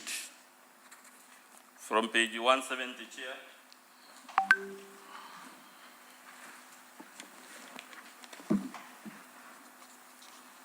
Just the last part with the order, sir. Read it for the Senate. The impeachment motion dated 21st November 2022, scheduled for debate by members of the first respondent on the 30th November 2022 at 10 a.m. is flawed and it is quashed. Does that order relate to the impeachment motion before the Senate? It does not relate to the impeachment motion before the Senate. Is the claim therefore that the reason the governor refused to defend herself, it is because the matter was in court valid? That stance by the governor is invalid. Chair, that's all for purposes of examination in chief of this witness. My sincerest apologies. I suggest when we get there in the future, you may need to expand the time. It's completely impossible to do a good job. Very well. And the reason I changed the chair is I started suffering muscle pulls. I'm not used to sitting on these expensive chairs. I thought the Meru people are very athletic. The way you drive your Nissans when you are carrying a mirror, you are very agile. Anyway, thank you very much, Council, and thank you, witness. The work you have just done is not easy. You have put in a lot of industry, and I hope you are happy that you have presented your evidence. Before we go to the second part of your matter, allow me to acknowledge the following colleagues in the House. Senator Samson Kirara K, the Senator of Nandi, he just stepped out.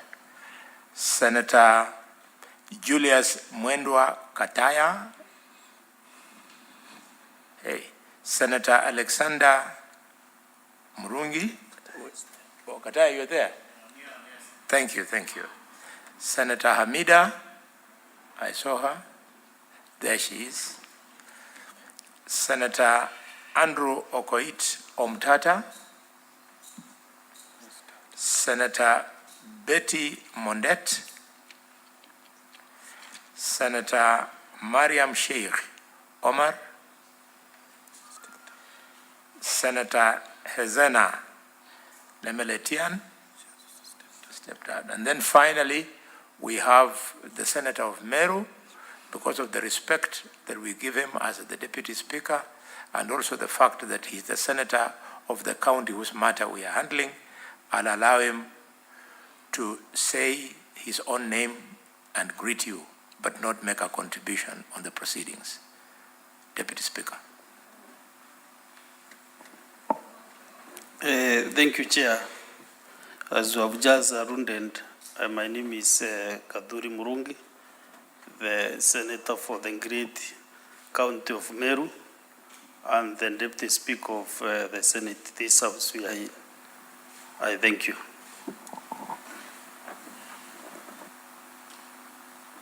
I had allowed you to greet them. If you are coming from where I come from, you would have said Murega. But because you are not a Kikuyu like me, you have not said it. Honorable Chair, I know you can greet them and also sing for them the royal songs. Therefore, I want to send Jambo to both the parties, the party representing the governor for Meru County, Excellency Kawira Mwangaza, and the party representing the Meru County Assembly, and both the majority and minority sides. I welcome them to the Senate, and Senate, I hope and I am sure, Senate will dispense of this matter to the best of their ability. I thank you. Thank you very much. Council for the County Assembly. Our feel is that this is your key witness. So we want to conclude him completely before we allow you the other ones. Are you comfortable with that? Chair, I'm comfortable. Very well. Then in that case, I want to invite Counsel for the Governor to now cross-examine this witness. Thank you, Chair, for the opportunity. Just as a way of guidance, I note that the witness has taken 2 hours in the examination in chief, apart from the, he was allocated 40 minutes. He has taken 2 hours, 8 minutes shy of 2 hours. So I'm wondering what time we allocated for cross-examination, considering that they have taken that much. We surely cannot do 20 minutes. We would like you to proceed, and we want to assure you that we shall do justice. Most obliged. Thank you, Chair. Yeah. Thank you. Honorable DMK, good afternoon. Good afternoon, sir. I'm glad to see you here today. I have been interacting with you through your documents.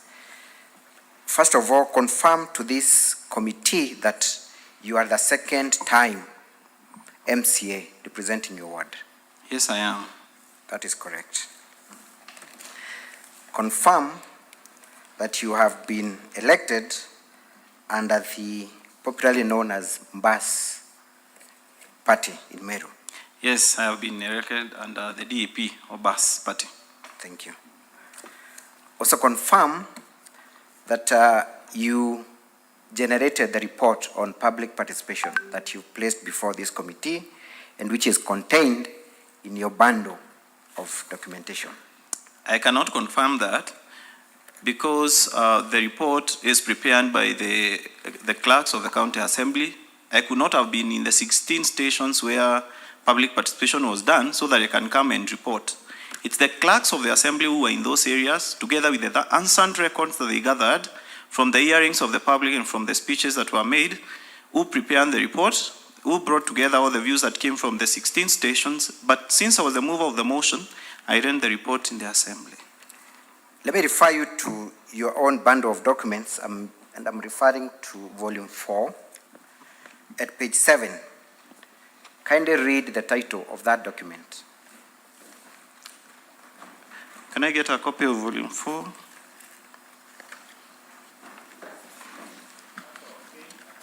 Page 7 of volume 4.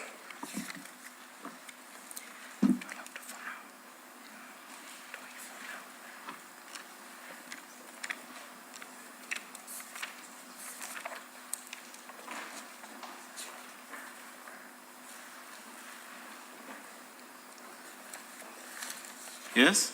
Can you read the title of that document that appears from page 7? It's the report of the public participation on the motion to impeach the Meru County Governor, conducted at various sub-counties in Meru County on the 13th of December, 2022. So that is a report. Yes. And that report goes on from page 7 to page 16. Am I right? Yes. And at the bottom of page 16, your name appears, Honorable DMK Kiogora, Member of County Assembly, Abogeta West Ward. Yes. And that indeed is the end of the report. Yes. So this is your report, Honorable MCA. In that regard, it is. It is, thank you. Did you have an opportunity to peruse through and analyze the memoranda and other? Order, Counsel. Witness, are you withdrawing your earlier remark that this was not your report?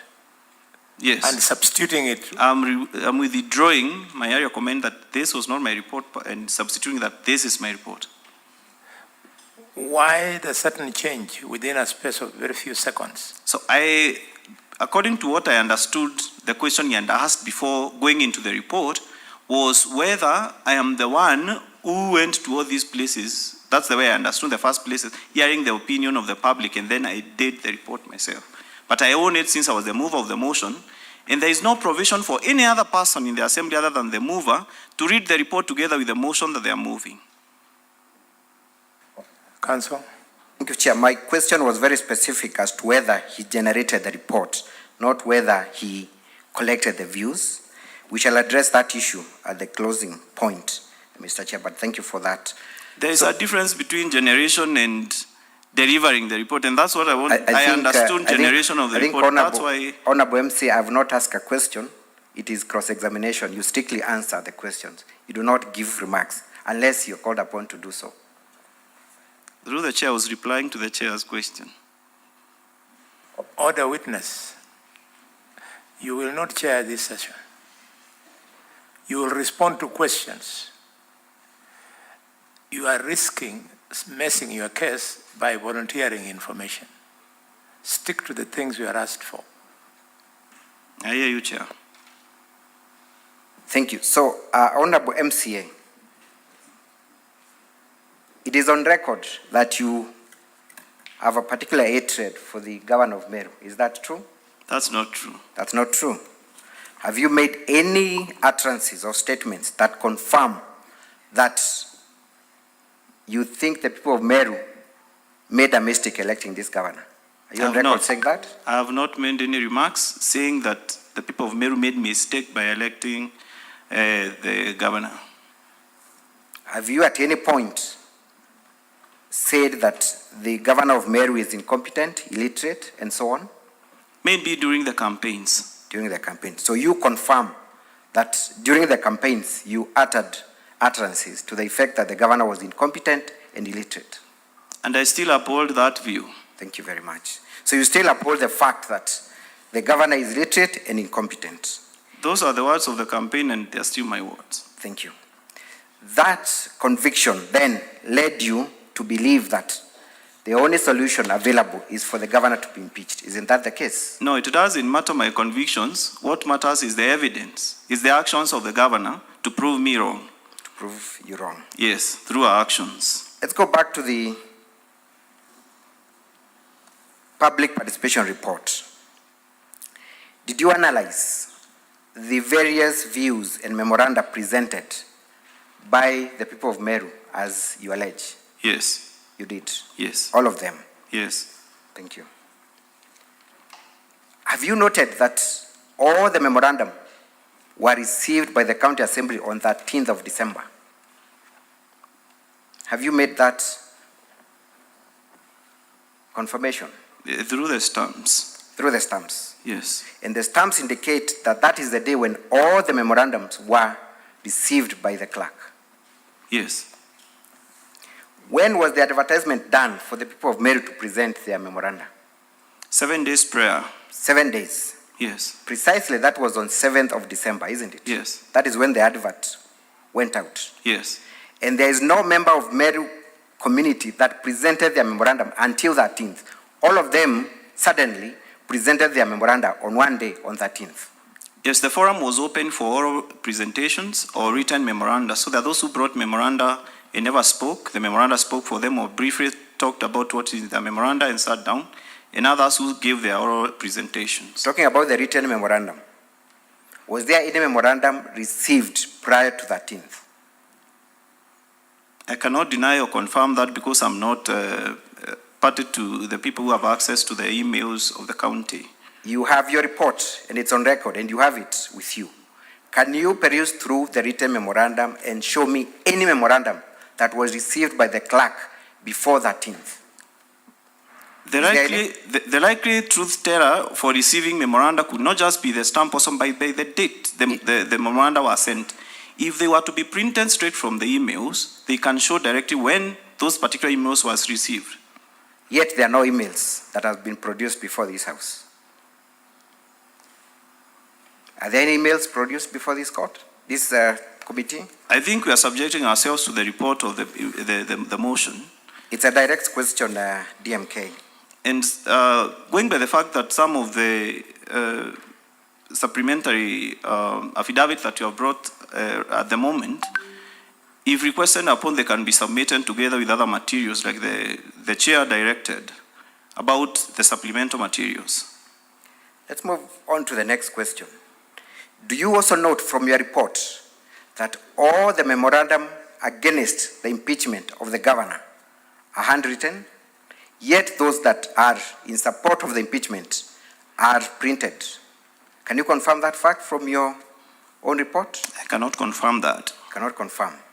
You have the report with you. Why can't you confirm? I put it to you that all the memorandum, written memorandum, that are against the impeachment are handwritten, confirming to the originality. But all the others are computer printed. Is that the case? No. I even have one on page 396 of your volume, whereby someone by the name Jacob Idhali, ID number 13525495, reads, if I can read this correctly, mimi nikiwa mkaaji wa Naadho Ward, nasema Mr. DMK, Kawira Mwangaza please, ameshindwa kufanya kazi na viongozi kindly wengine, confirm that you're aende reading, nyumbani. confirm that you're reading from page 396. Yes. Is that document handwritten or computer printed? This one is, this document is handwritten. It's just handwritten. photocopied. Period. That's Yes. what I wanted to confirm. That any memorandum not in support of the But this one is in support of impeachment. Can you read it? No, you are answering your own question. I am saying, is there any written memorandum against the impeachment that is computer generated? Or they are all handwritten? You're confusing me, Counsel. You are saying the memoranda. Order. Counsel, reparaphrase your question. Yes. We want to be clear. We want the witness to know what he's responding to. Thank you. Thank you, Chair. Reparaphrase, please. Honorable DMK, I'm asking a simple question. Is there any memorandum that is not in support of the impeachment that is computer generated? Am I clear now? Any memoranda? Yes, in your report. That is not in support of the motion. Yes. Which means any memoranda that is in support of the motion that is computer generated. That is the question. It's right? a direct question. Why are you paraphrasing? I am asking you, have you come across any memorandum that says the governor should not be impeached that is computer generated? I've not gone through, so I cannot confirm that unless we go through them. There are thousands of them. Yet you generated the report. Order, witness. Witness, this is your evidence. So if you cannot convert your own evidence, you are saying the document before us is not yours. Yes, this document, Mr. Chair, is mine. Yes. And respond. To be fair, Chair, through the Chair, to be fair, I don't think it's the witness alone who is confused by what counsel is asking. I am also confused. What are you asking the witness? Because he has read to you a document that is handwritten that is not in support of the impeachment. That's what he was reading at 139, I believe. So I am also confused, Chair. That's why I said I gave him an opportunity to reparaphrase. You start afresh and go slowly. Don't rush. Once you use not and not twice, it's positive. Many people get lost because English is not our language anyway. Thank you, Chair. DMK, a very direct question. Have you come across any memorandum by members of the public asking the governor not to be impeached that is not handwritten? A memorandum supporting impeachment that is unwritten, right? No. A memorandum that is not in support of the impeachment.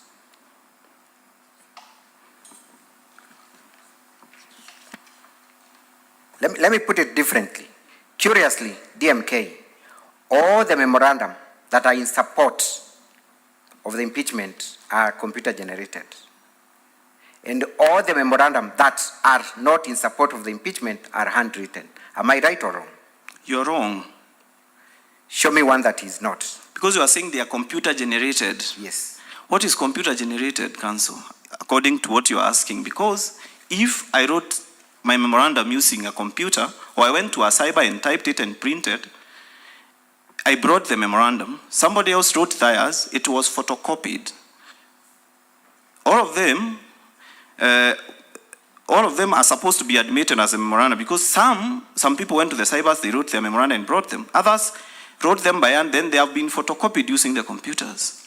Through the Chair, Counsel. You are confused? We have the bundle.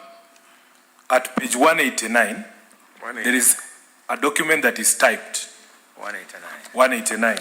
It is typed, what you are calling computer generated. It says, I humbly pray to support the impeachment motion of impeaching Honorable Bishop Kawira Mwangaza. It's a typed document supporting the impeachment. At page 390, there's a handwritten document. It's not typed. Yes. And she is saying, whoever it is writing, saying, for the following reasons, I request the Honorable choose to impeach the governor. Saying the same thing. So what is your point, Council? Because you have lost me. Let me go straight to demonstrate my point here. Yes. Let's turn to page 175. 175. Are we there? Can you read the first paragraph, the first two paragraphs?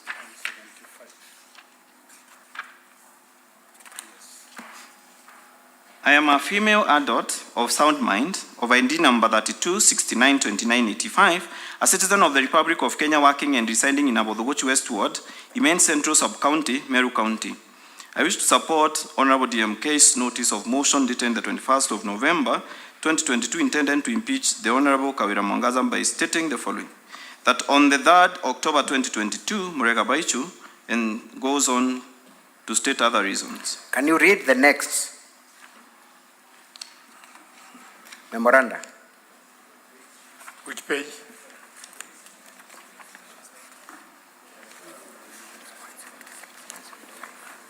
Page 177. Yes.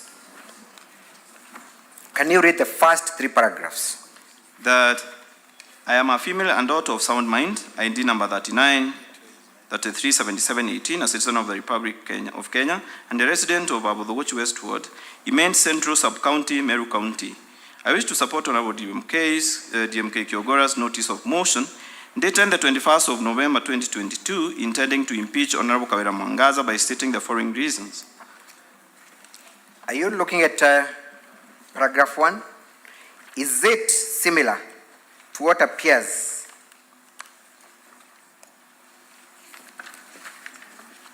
at paragraph 2 at page 175, verbatim?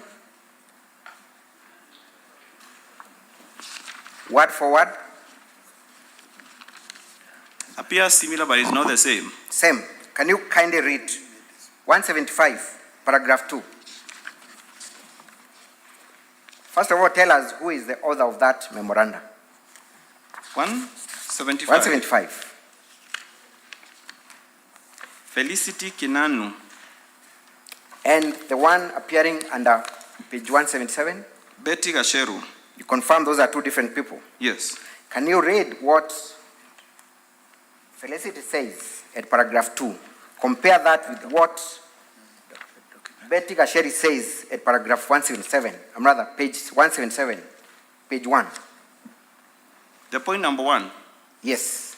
That on the 3rd October 2022, Murega Baisho, husband to Honorable Kawira Mwangaza, after visiting Yegoji MOS Center, Governor on a Facebook page without tangible facts declared the owner of the lease facilities as thieves and refused to pay the pending bills.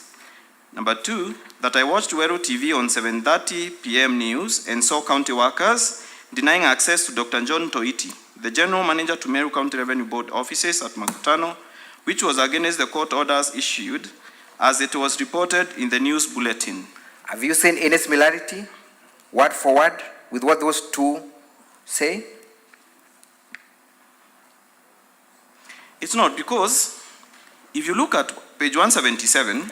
Order witness. We are not going to spend the whole evening. It's not. On the same point. The point the council is making is that either these documents are doctored or it is a case of copy and paste. Somebody was working for these people and telling them to append signatures. Just sort it out, we proceed.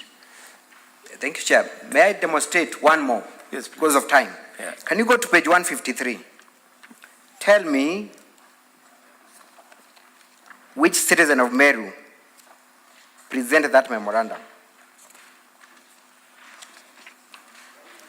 153. Duranira Salesio Mutuma. Duranira Salesio Mutuma. Yes. I am sure you know who Salesio Mutuma is. Yes. He comes from Bode Ward. Is that true? Bori constituency. Yes. Compare that with page 211. Who is the author of that memorandum?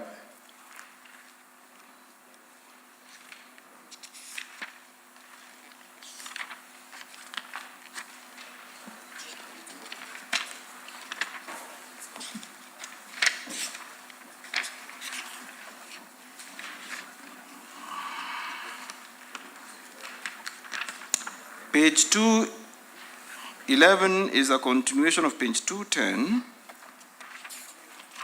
and the others are many listed there. I want you to read paragraph up to 129. Read paragraph 2.9, appearing at page 153. Read that paragraph.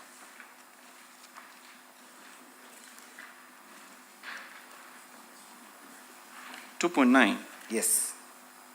That on the 25th of October 2022, Honorable Kawira Mwangaza, while in Abogeta Westward, South Imenti constituency appointed... No. Do not. Please read what is written. Page 153. It is not appointed. Read what is written there. There is a word there. You've just said appointed. It's appointed. Appointed. You believe that is a typo, right? Yes. Good. Can we go to page 211? Paragraph 5. Paragraph 5. That on 25th of October 2022, while in Abogesta Westward, South Imenti constituency appointed alternative MCAs. So is it possible that two different people in two different locations are making the same typographical error?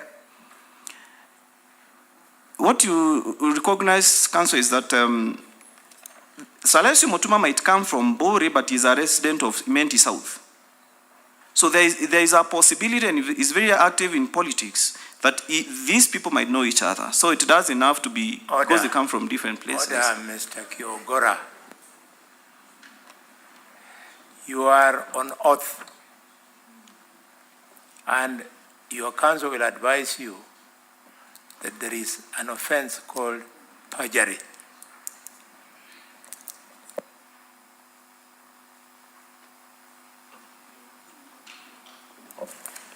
Is it possible, and you've not answered that question, that two different people presenting their thoughts on the impeachment are making the same typographical errors when presenting their views?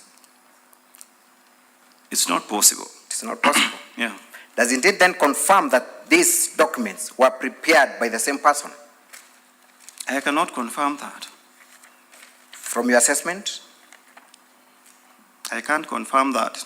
But do you confirm that the contents, audit. Do you confirm that the contents therein are appearing word for word, including making the same typographical errors? Yes, they appear word to word as the motion. Let's go to 177 again. Paragraph 1. Compare that with what appears at 189. Paragraph 1. Read the contents. 177. Chair, I think council should be advised that your point has been made.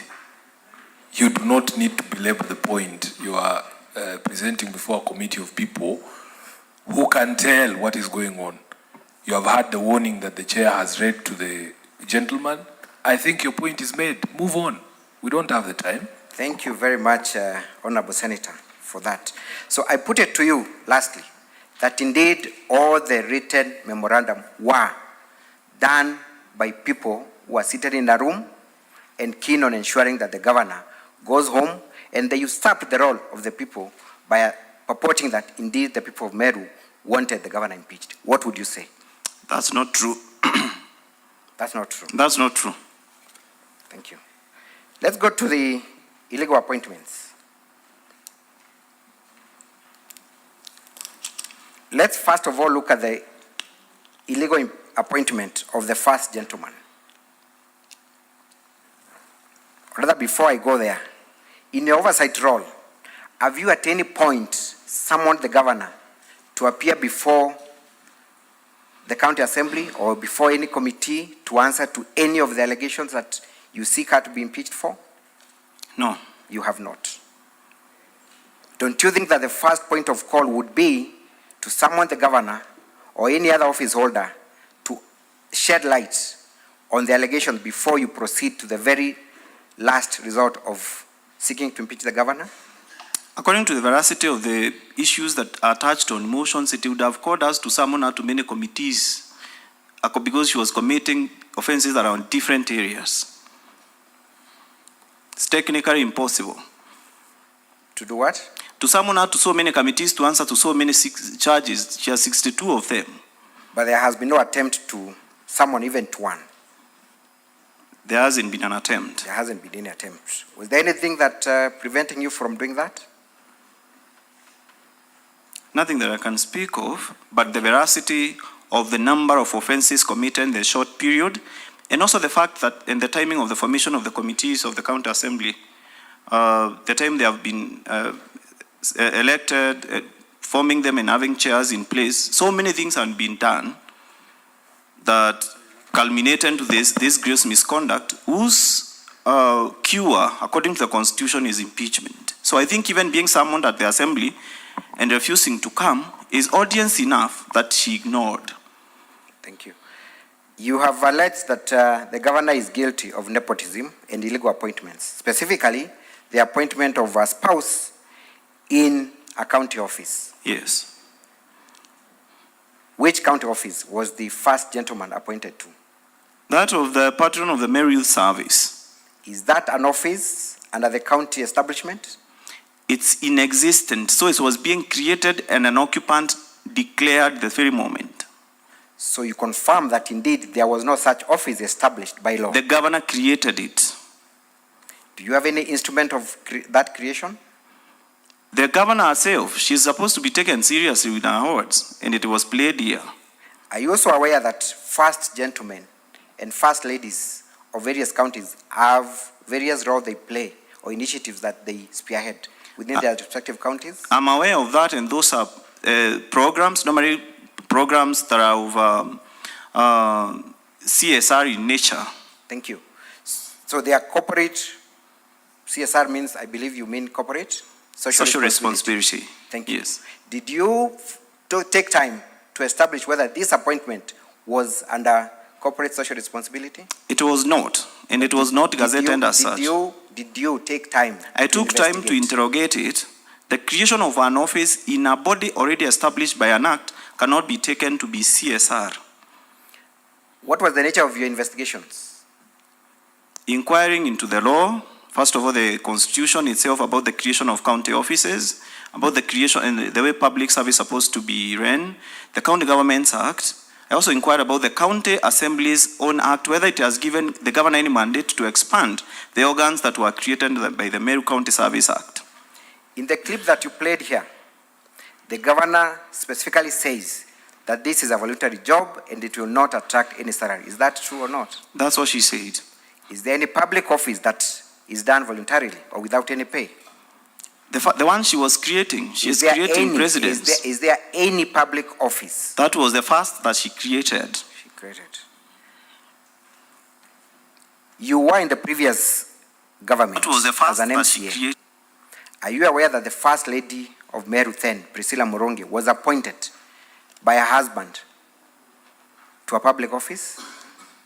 I'm not aware that that was a public office. It was a program that was called CSR, and I think you adduced an attachment of a gazette notice where the CCM sat down and created the Taweza program, akin to what the First Lady of the country and created the Zero Beyond Zero, such a CSR body was created, not body, rather, a CSR activity for the First Lady. So there was gazettement of that office? Yes, and it was created on an act. Private offices usually gazetted? Private offices? Yes. Corporate social responsibility offices, are they usually gazetted? Was that an office? It was not. I'm asking you. It was a program. I'm not saying that the previous governor did not create any office. And in any regard, he is not under trial here. Did you at any point question the governor of Meru then, Honorable Kiraitu, on the appointment of his wife to spearhead that program? There was no need for questioning. There was no need for questioning. Yes. Why is that so? As I said, this is a CSR program that was created. It's not like you create a county office in an existing semi-autonomous body whereby you create a patron. When you put someone as a patron of an organ that exists, you are giving them mandate even to summon that organ because they are the patron. And that's what the spouse started doing. You confirm that establishment of new offices is under the mandate of the County Public Service Board? Yes. Was this done through the County Public Service Board? No. Did you at any time try to... Which one now are you talking about? The one for the current governor or the previous governor? The one by the current governor. Did you? She did not create it on the County Public Service Board. Where was it created then? She created by a speech that she read that was played in the very house. Did you at any time confirm with the County Public Service Board whether indeed that office was ever created under the county? That is immaterial because the governor of the county is not a comedian. Our ones are supposed to be taken seriously. Order witness, you cannot do that. When a question is put to you, you answer either in the affirmative or not. You can now not become opinionated and start saying it is immaterial. Don't, please. I'm guided, Honorable For Chair. the respect of the people of Meru. I'm guided, Honorable Chair. This is a very emotive issue.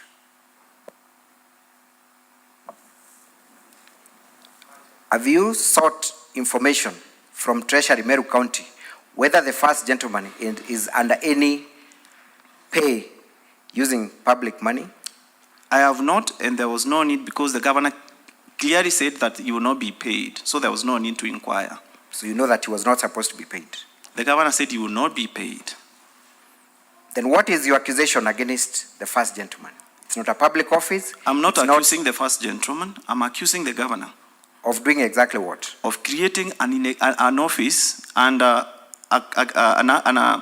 organ that was created by an act of the County Assembly, calling it the patron of the Meru Youth Service, and appointing the spouse there. And we know the work of Meru Youth Service, the kind of budget that service has. Let's move on. You've also accused the governor of usurping the role of the municipal board. Yes. And to that effect, you have produced a clip showing the governor appointing members of the public to a committee. Yes. So the question is, was the governor appointing members of the municipal board, or was she appointing a committee to deal with a specific issue? She was appointing a committee to deal with matters that are supposed to be left to the Meru Municipal Board. And the board has been mandated to deal with the issues she was appointing a committee to deal with. Have you summoned the board to shed light on whether, indeed, their roles and mandate have been taken over by this committee? We have not. Have you looked at the terms of reference of this committee? Yes, from the speech the governor gave. We have heard the terms of reference that she gave them. But have you sought from the governor or any other public office? Yes, we sought the governor to come to the County Assembly on the 14th of December to explain these charges, and she failed to come. Do you understand the function and establishment of the municipal board? Yes, I do understand. What are they? What are their functions? The board is supposed to oversee issues that have to be done around the Meru municipality. Pardon? The board is supposed to oversee functions, issues that are supposed to be dealt with around the municipality. You're supposed to be guiding us on the specific functions, and that's what I asked. Am I allowed to refer to the law? Go ahead. Because you've accused the governor of usurping the role of the municipal board. I would expect you to know the functions of the municipal board. Specifically, which functions did she usurp?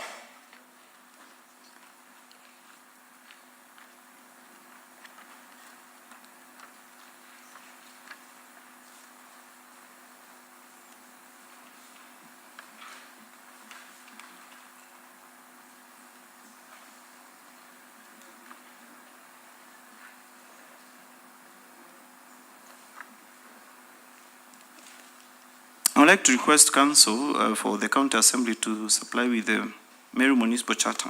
I am amazed, DMK, that this is your motion and you have no idea what the functions of the municipal board are, yet you're accusing the governor of usurping those functions, that you have to seek help of your council to do that. I'm not a lawyer, so forgive me, please. And there are so many illegal things she has done for me to grasp all of them.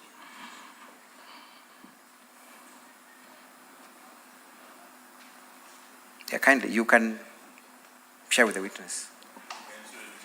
Perhaps, Chair, as he shares, he should also refer to us on which pages we can be able to follow those on their bundle. Chair, that would be volume 2 of the Assembly's documents, at page 56.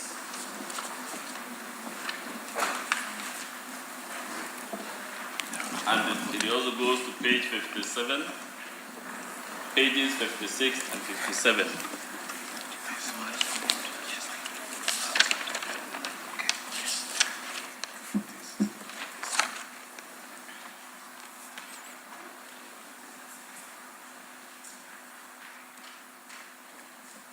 Yes, the board is supposed to exercise the executive authority as delegated by the county executive, that's the governor, ensure provision of services to its residents, as the residents of the municipality, impose such fees, levies, and charges as may be authorized by the county government for delivery of services by the municipality or the city, promote constitutional values and principles, ensure the implementation and compliance with policies formulated by both and the national and county government, make bylaws or make recommendations for issues to be included in the bylaws, ensure participation of the residents in decision-making, its activities and programs in accordance with the schedule to this Act, exercise such other powers as may be delegated by the County Executive Committee. Do you know of the specific issue that the governor was addressing? Yes. When he met the warring groups of the taxi drivers? Yes. What was the issue? The issue was about squabbles regarding parking spaces and some people who had taken over a site known as the G4S area, and one person had taken over the area and was deciding who would pick passengers from there. Then there were the issues of leadership emanating from various taxi operator organizations that are within the town.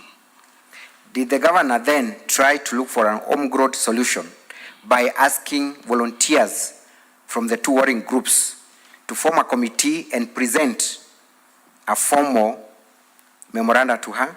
No. Is that what she did? No. What did she do? She appointed them, appointed our chairman, appointed the treasurer, appointed the vice chairman from the people who are there.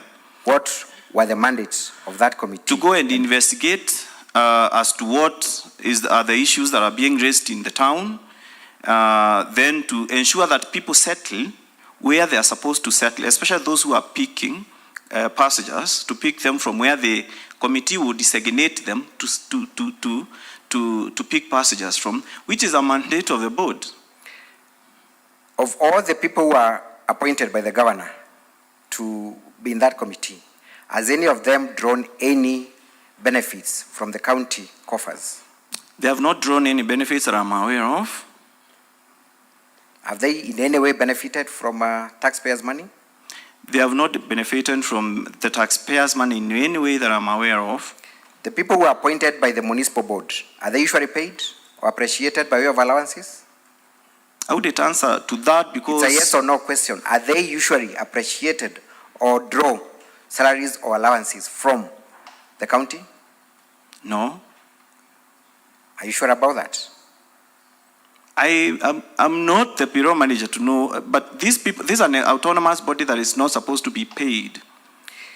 Have you tried to seek information from the payroll master on whether these people are being paid by county coffers? I have not, and if they were paid, then it's a duplication of functions by refusing people who are paid to do the job they are paid for. Thank you. Let's go to the other roadside appointment at Timau. And here you accuse the governor of appointing firefighters. Yes. What are the names of those appointees that were appointed as firefighters?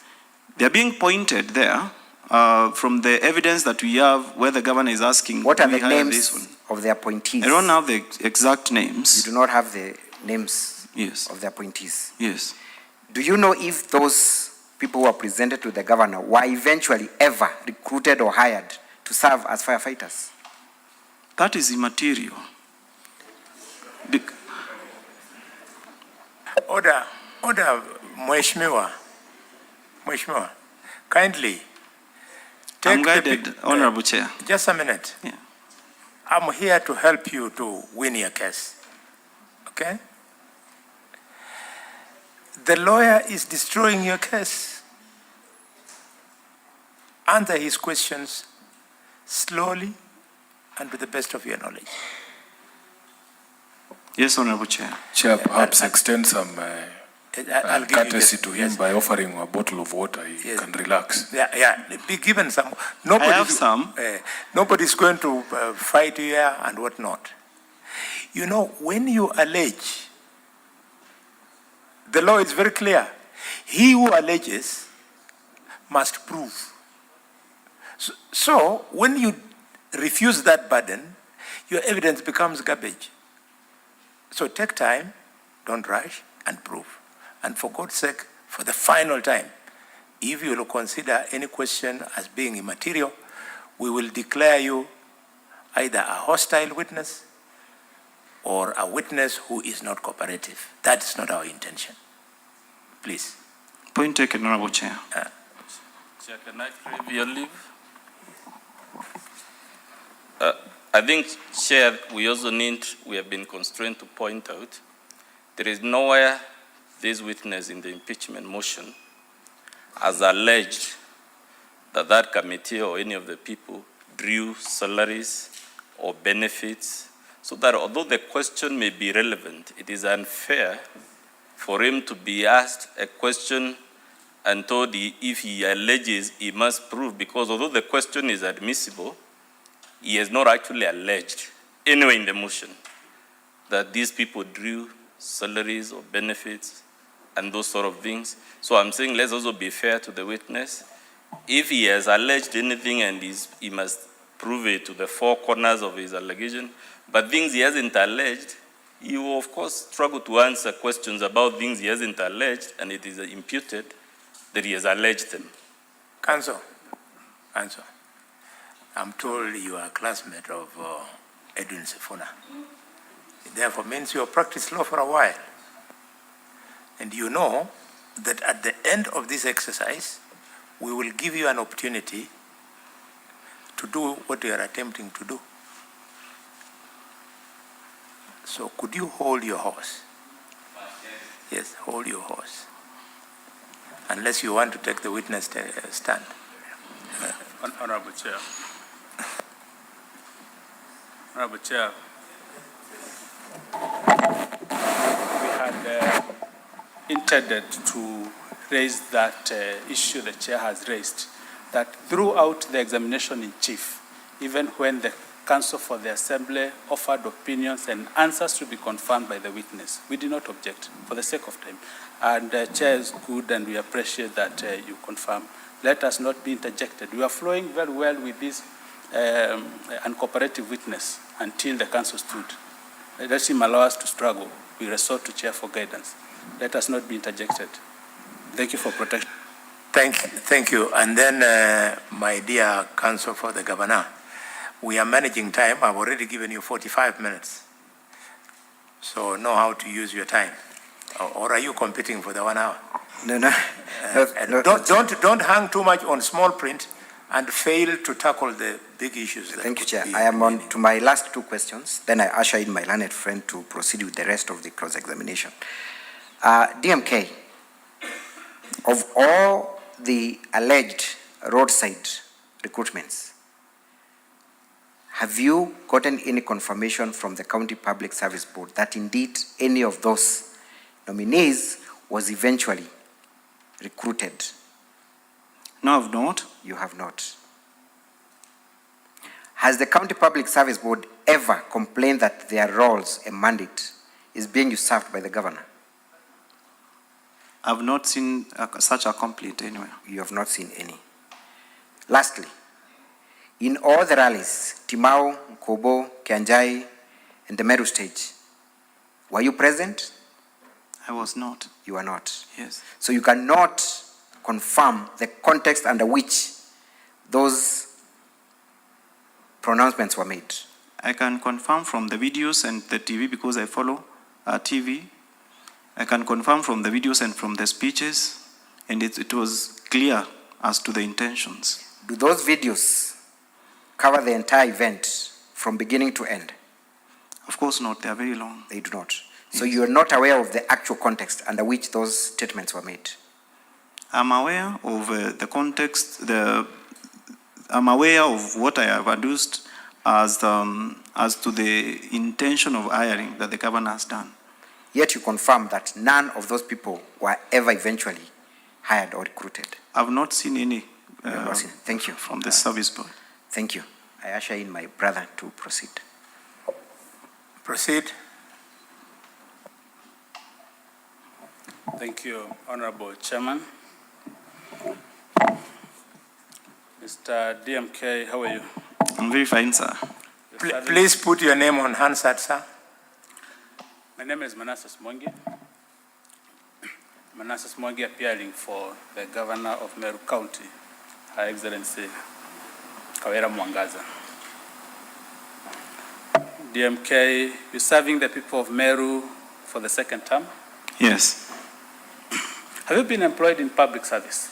Yes. What capacity? I was a loans officer at the Higher Education Loans Board. What was your probation period? The probation period was 3 months. 3 months. Yes. In a public service, also in certain position, the probation period is 6 months. Yes. Thank you. In the videos that you played to this house, were you present during the events covered in the video? No. Did you know any person who was present in those videos? In some I know. In some you know. Yes. About how many?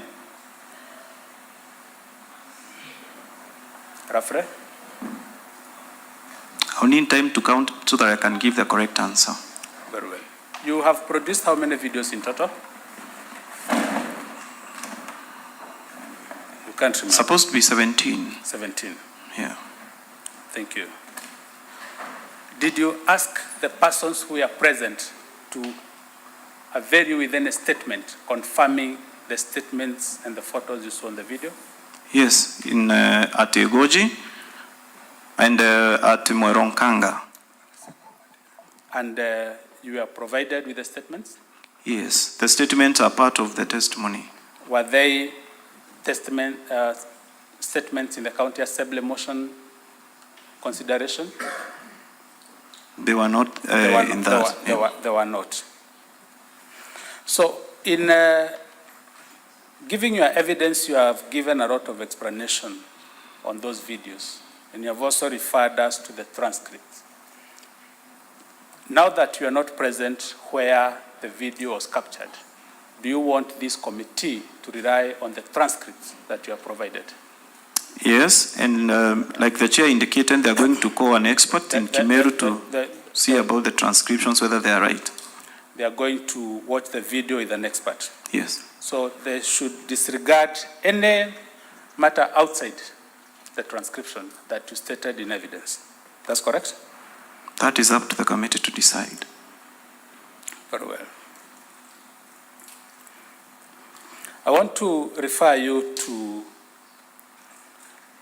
the video you showed at Igoji Secondary School. You were not present. I was not. When was that event held?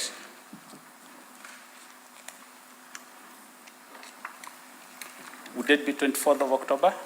Yes. And there were another video of chaos.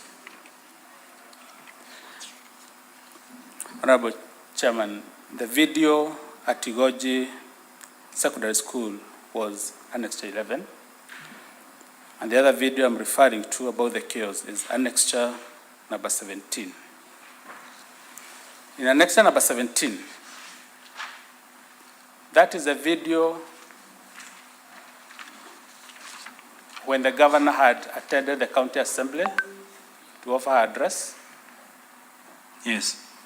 And that was on 19th of October. Yes. The day before the governor's address, on 18th of October, there was a press conference by all the MCAs. Do you recall? Yes. The Speaker of the Meru County was also present. Yes. And he also counted himself as the 70th MCA of the County Assembly of Meru. Do you remember that video? I don't recall that You particular don't recall. Yeah. We refresh your memory later. But you remember there was a press conference. Yes. And the members of the County Assembly said they are not able to work with the governor. The members of the County Assembly, in that press conference of 18th, you can't recall. Let's go to the video annexure number 11. Council, yes, we would like to hear his answer. Don't answer for him. What is your answer? Because I never spoke in that particular press conference myself, but I don't remember the members. The members, they may have stated that there is an hostile working environment in the county. Do you remember the speech by the Speaker himself? No. You don't remember? I don't remember the specifics. Were you present? Yeah, but at the very behind, because we are 67 of us, so it's like 3 maybe who spoke, and I was at the very back. You couldn't hear? I have seen maybe some of the videos that have been adduced from your side. You seem not to remember, Honorable Chairman, what transpired. I was referring to the events of 19th October to relate to the video annexure 11 and to indicate that the matters that the Wananchi were asking Mr. Mwenda to apologize about were the events of 19th October 2022. Is that correct? I would not answer in the affirmative because the governor in a request for the apology did not indicate that. No. Were you present in that meeting? The 19th one? No, the one for 24th. The one at the assembly? No. The one where Mwenda No, I was not there. You were not there? Yes. That's why I'm asking, would you be able to tell whether the subject of apology were the events of 19th October 2022? You tell me whether you know or you do not know. You do not know. So the matters in that video you cannot verify? I can verify the fact that the member was asked to apologize to the public. And he said, I'm not aware why I'm apologizing, so I will not. But before that video, at that point, you do not know what had transpired before the member rose to speak? The governor was beginning a speech with him. Okay, very well. Chairman, I would kindly request to play a video which is annexure number 11. What was played was annexure number 11A, and it is the same content, but number 11 is a little longer, and it has very crucial information, Chair. I'll play on it for about 10 seconds.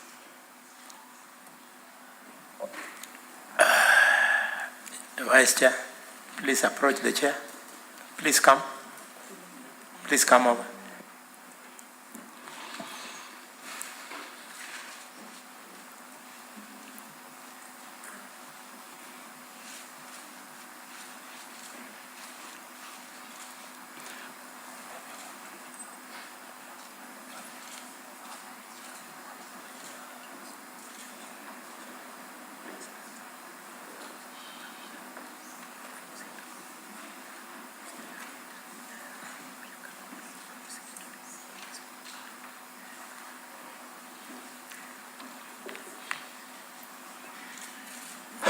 Thank you, Council. Council, it required that you do an application, but we are doing it a bit faster.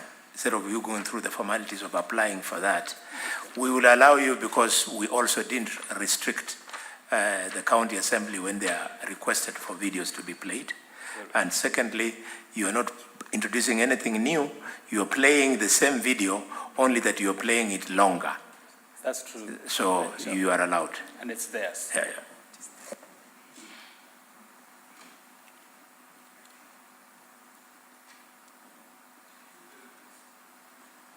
Annex 11, there's 11 and 11A.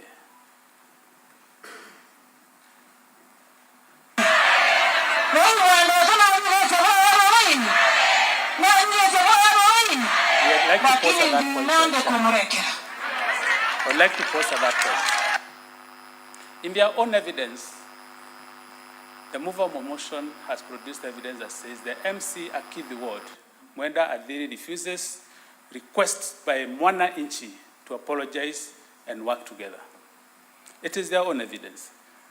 They supplied to us, they supplied to this committee, but it was deliberately not played.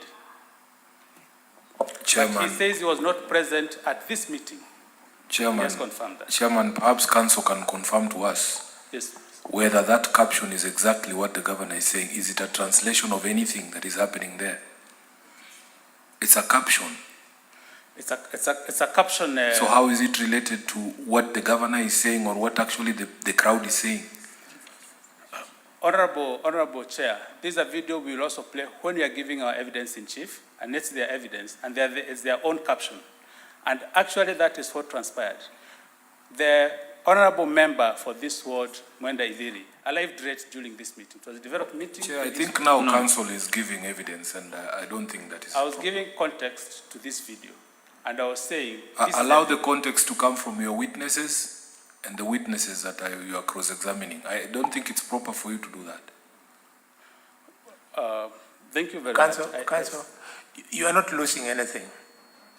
We're going to protect you when it comes to your time to present the evidence of your side, very well, to do what you are doing. Let's not look like we are allowing you to give evidence during cross-examination. That would be unprocedural. I understand, Chairman, I'm well guided. I only feared they may say we did not avail that video during their time, when it was their time to answer. But we will deal with it now that we've broadcast it. Let's go to the events of 24th of October. Chair, sorry. Thank you for the intervention of Senator of Nairobi. We can skip that as long as they will be given a chance to cross-examine the same witness about this video. Thank you, Chair. Chair, I'm guided. Proceed. The events of 24th of October, these are events pursuant to the standing orders of the County Assembly. Is that correct? Yes. Order number 20. That the governor is required to give an address at the opening of the assembly? Yes. Or was it any other ordinary address? It is at the opening of the assembly. At the opening of the assembly. She was formally invited by the speaker for that purpose? Yes. The invitation was formally gazetted? Yes. The governor came and found the gate closed. In the video that you broadcasted, annexure number 17. Is that correct? That's correct.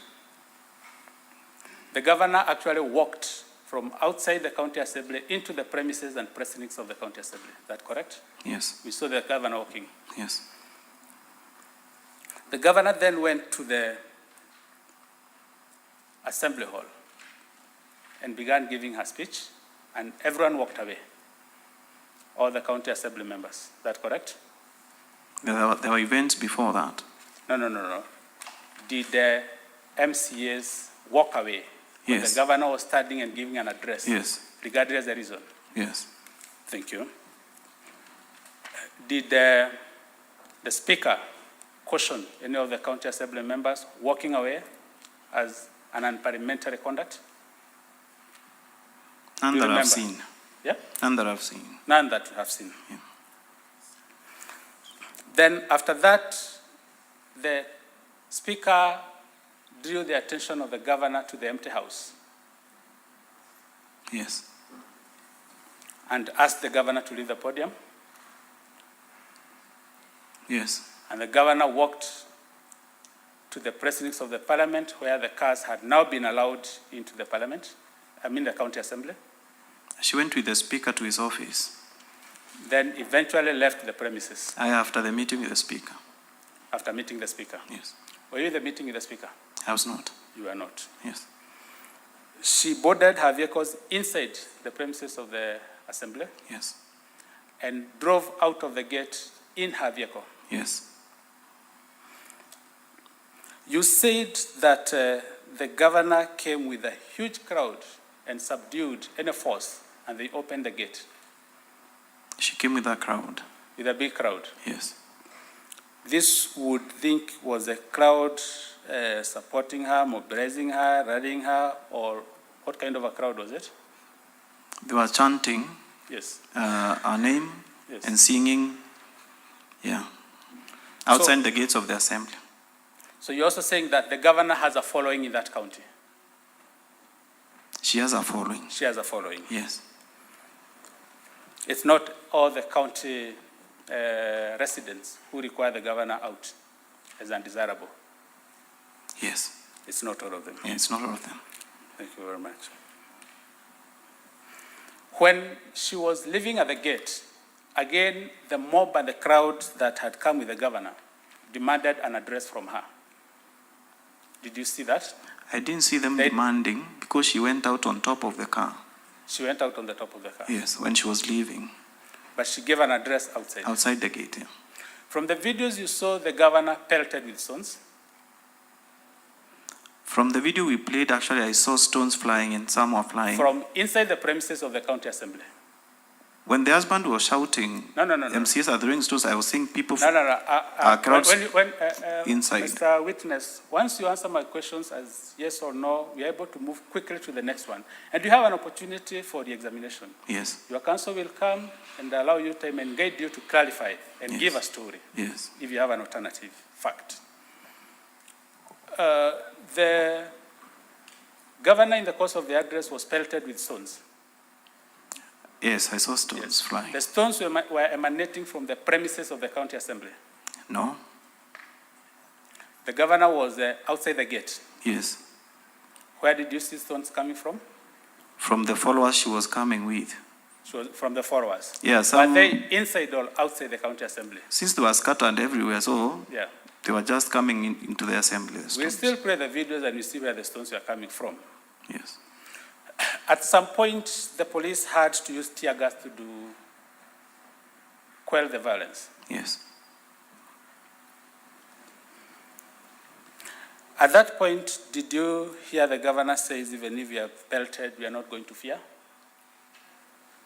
Did you hear that from the video?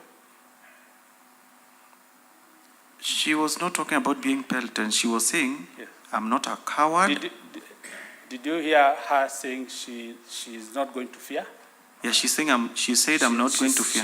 She said it. Yes. Thank you. When you look at the standing orders number 20, the county assembly has so much power, oversight, as well as legislative, and they can even invite the governor to answer to any question, a special address. Do you understand that power of the county assembly? Yes. Do you remember the county assembly of Meru exercising that power at any point to invite the governor to address all the issues you are lamenting in your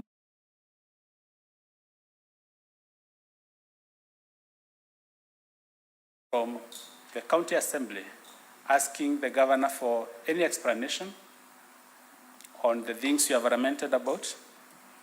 Yes, during the impeachment motion. And before then, before the motion? No. Yourself, did you ever write to the governor complaining about what she was doing as a citizen of Meru? Because you said you have brought this motion as a public-spirited Marian. I did not did you write write any anything. letter? No. You did not? Yeah. You did not even seek to visit the governor for a courtesy call for that purpose? I did. Did you meet? No, she was not available. I called her. You called her? Yes, she told me she's going to Egoji, so I should go there to meet, to tell her what I want there. Oh, she had a program? Yes. And she informed you of the program? Yes. Did you, since you had time, you were looking to meet her, Yes. Did you go to Igoji? I did not because I had other duties. I wanted to meet her in town. You had other duties. Yes. But you had time to meet the governor that day. Yes. You had time to meet the governor that day that you had called. That's why you had called her. I wanted to meet her at the assembly because the activities were around the assembly. For maybe 30 minutes, I come back. Our office is just opposite of the road. On the sidelines of the assembly. Yes. Okay. You've talked about verification of leaders.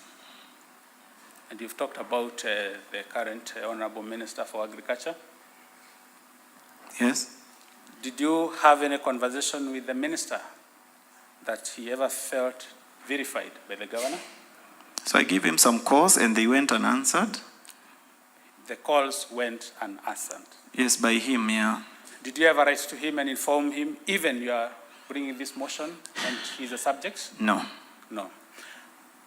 Have you seen the many photos on the Twitter and Facebook of the governor of Meru County and the CS for Agriculture having courtesy calls and enjoying coffee? I have seen them. You have seen them? Yes. Chairman, that's a very important statement.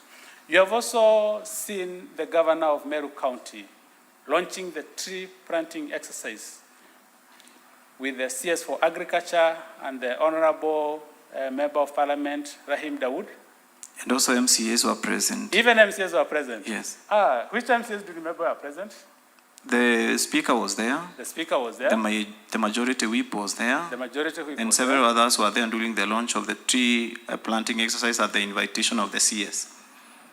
Oh, very the well. CS who had written to us. Okay. Yes. Did you see any animosity between the two? Between? The CS and the governor? The CS for Agriculture. Did you see any animosity? From the recent pictures. In those events that we attended together with them? Personally, I was not there, but from the pictures I've seen, yes, there was no animosity from the pictures. In fact, all attendants were very happy.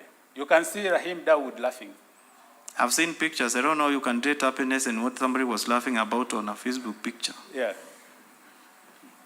But you can see them laughing, whether you know the reason or not. I've seen such pictures. You have seen such pictures. Very well. There is an allegation that the county governor of Meru has decided to control all institutions, including the sagas. You broadcast to us one video of the governor talking about the Meru Level 5 Hospital. Do you recall? Yes, but it was not all. It was not like all. you have put it. I'm interested in just what you broadcasted. Yeah, we're talking about the Meru Level 5 Hospital, not all the sagas. Meru Level 5 Hospital. That was the subject. Actually, that's what I want us to discuss. In that video, the governor talks about the mental health of the health workers. Do you remember? Yes. She says there is need for wellness for the health workers. Yes. And she asks the management to think about the wellness of the health workers. Yes. In that statement, even where she's commenting about the money the hospital raises, do you hear her mention the word budget? The word budget is not mentioned directly. Is it mentioned indirectly? Yes. Good. It is your understanding that semi-autonomous government agencies are self-accounting and they have their own budgets? Yes. You understand that? Yes. So they can prepare a budget and they factor all the concerns the government the governor thought are good to be addressed on behalf of the health workers? Yes. And they be factored in the budget? Yes. And that would be legal and proper? Yes, if the money is requested through the normal channels. Let's go step by step. We are coming there. Yeah. That would be legal and proper. Yes. To the best of your knowledge, has any budget so far been prepared on behalf of that saga? On behalf of Meru Teaching? Yes. None that I'm aware of. None that you are aware of? Yes. So do you know whether the programs the government proposed during that meeting are going to be implemented and whether they will be implemented legally or illegally? We would know if we saw them in our budget. You can't tell. No. They have You can't tell. They have not happened. Can you tell? No. I can't tell. Yeah. There is another very emotive issue that you have raised. I don't know why you decided to bring it, but it's about the church. You remember you played 2 videos that affect the church. There was one that had persons with red robes. That's the clergy. I think that was annex number 10. Annex number 10 that you played for us. You saw a gentleman who was in a pale green sweater giving a warning that we do not know what the color red means in church. Do you remember? Yes. You remember. You also saw another person who is able differently. I think he's called Macarena. Yes, I saw him. You saw Macarena? Yes. Is that his proper name? Or that's I think that's a nickname. That's a nickname. Yes. But you remember him talking about the curses? Yes. And saying that the governor doesn't know what he's praying with, and his advisors, I don't know whether Mutuma was envisaged, are not educated. I saw him saying that. You saw him say that. Do you agree with him? That is his opinion. I don't agree with it. You do not agree with him? Yes. It's important that it goes on record. This witness do not agree with the content of that video. Not the video, but the content of the speech. To that extent. I've said to that extent. Yes. Then in the prayer that you say is a prayer of mockery, before you go there, the governor responds to these statements by the individuals I've referred to. And she says that whether she is cast, whether they wear pink or purple, there will be blessing upon her. Do you remember her saying that? Yes. She says it doesn't matter what she's doing is good, and whether the priests are wearing purple or pink, there will be blessings. You remember that? Yes. You also remember that she refers to a passage in the Bible and refers to a character in the Bible called Barak. Yes. And what does it say, Barak, what happened to Barak? Was it Barak or Balaam? I think it's Balaam. Balaam. Yes. What happened to Balaam? He was sent to go and curse people of God, but he was tongue-tied. Yes. You remember that story in the Bible? Yes. So, when the governor is likening utterances by Macarena, which you do not agree with, to that story of Balaam, is she really mocking the church, or she's just giving a scenario for the church to learn from, or for the people to learn from, like Macarena? In my evidence, I'm talking about the mocking of the video, the mock prayer, not No. I'm coming to that one. I'm coming to that one. But to that extent, do you think there was anything wrong with the governor citing a story in the Bible and correlating it? There was nothing wrong with that. There's nothing wrong with that. Thank you very much. There was also the mock prayer. This was at Igoji Secondary School. Yes. And do you know the history of the foundation of that school? Yes. Do you come far away from the locality of that school? No. How far away? It's in Imenti South, And in Igoji West, in Igoji East Ward, Yes. and I'm also in Imenti South, Abogeta West. Okay. So it's two wards that separate us. two wards apart. One ward actually. So this school is a Harambee school. Yes. Harambee school means that citizens, private citizens, contributed pieces of land to bring up one parcel of land to become a school. Yes. That's the meaning. Yes. So this school was created out of the efforts, of the Harambee efforts of the community. Yes. And they brought land. Yes. And they initially built a school. Initially there was a school. Whether or not the church, I'm coming to the construction by the church. Yes. Initially there were classes. I cannot confirm You who cannot built, confirm. who built, because the church was given as a trustee, so they built the school there. They were given the land and built as a trustee and built the school. But were they given terms on how to manage the school? So whenever land is given to a trustee, Yeah. So the trustee puts in, like it used to be in that time, probably the principal to oversee, Yes. funded by the trustee, or the trustee is involved somehow in the selection of the management committee, and a representative of the trustee is there to oversee what is happening. Thank you. This was a Harambee school. Yes, It is registered as such. yes, So by the time the church is being given the school, yes. it's already a going concern, or it's a running school, by the time they are being made a trustee. Or was the church given empty land? The church was normally what used to happen when these lands were consolidated, no. they were given a trustee so that they don't get grabbed Yeah. or disappear. Yes. So the church was given as a trustee Yes. of that land Yes. when it was consolidated from the public. Okay, thank you. In relation to this particular school, would you know whether the community had any concerns about the school? Management or otherwise? I wouldn't know because you wouldn't? somehow Yes. the trustee was running the school and they closed it down. They closed So it it has down. been running closed for quite some time when the county came in to lease the facilities around it. Thank you very much. The school has been closed. Yes. Approximately from when? I cannot speak to the time, but Was it the school before, was closed. before COVID? No, that school could have been closed maybe 2010 or thereabout. A long time ago. The classes have just been lying there. Oh, over With the 10 trustee years. doing other things in the compound. The trustee are doing something else in Yes. the compound. Thank you very much.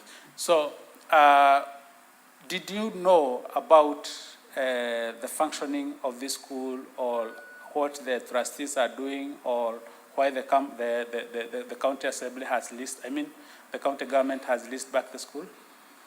I would know that the county government leased the land First of all, from the tell us trustee. whether Yeah. you know or you don't, so that we know whether we move on to that question. Whether I know why the county leased. Yes, and under what terms? Yes, I know the county leased the hospital. Yeah? They leased the classes for use by the Meru service. They leased the Yes, classes. from the trustee. Okay. What is it being used for now by the county? To train youth under the Meru service, whereby once they are recruited, Yes. they go there for discipline training and so many other things before they are posted to various colleges. Yes. Yes. Okay. Was that leasehold a subject of discussion or debate in the county assembly, whether in the current one or the previous one? The previous one I was there, it was not a subject of discussion. Yes. It never arose. Yes. The current one, the matter has not Has not yet come to the assembly.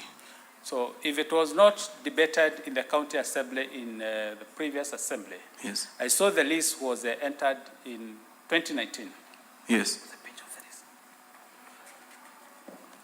Honorable members, I'm referring to a lease agreement in the governor's bundle of documents, volume 2, and it commences at page 112.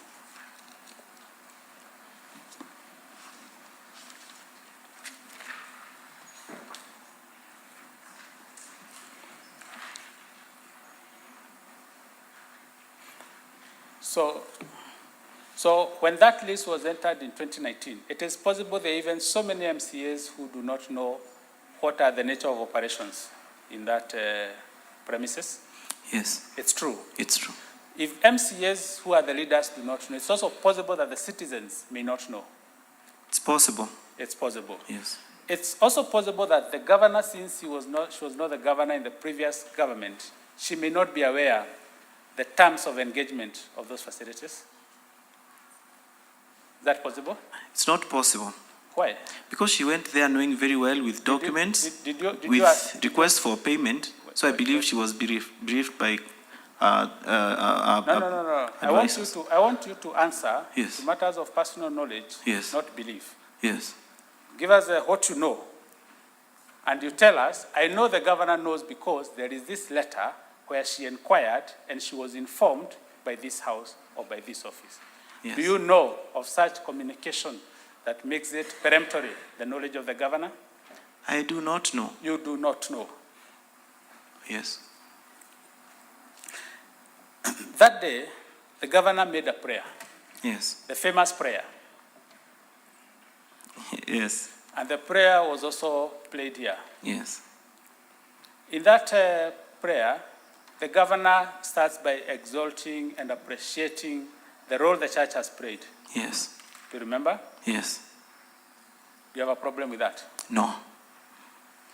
But she also says that whatever the church has done wrong, God to enter into them and do right thing. And whatever is not theirs, they return. You remember the statements in the prayer? Yeah, she said that in the prayer. They returned 5 million. They returned 5 million. Yes. Very well. And that was the mocking statement, in your view. Yes. That is what is deemed vilification of church leaders. Yes. So when I tell you that the governor made an inquiry later, and she understood that land had actually been leased, and these persons were trustees, would you say that that is not accurate, or she was already in view of the knowledge? Based on your personal information, personal knowledge, would you know? I wouldn't know. You wouldn't know. Yeah. Honorable members and Honorable Chair, there is a report that the governor sought on the status of this land. And as you've said, you've had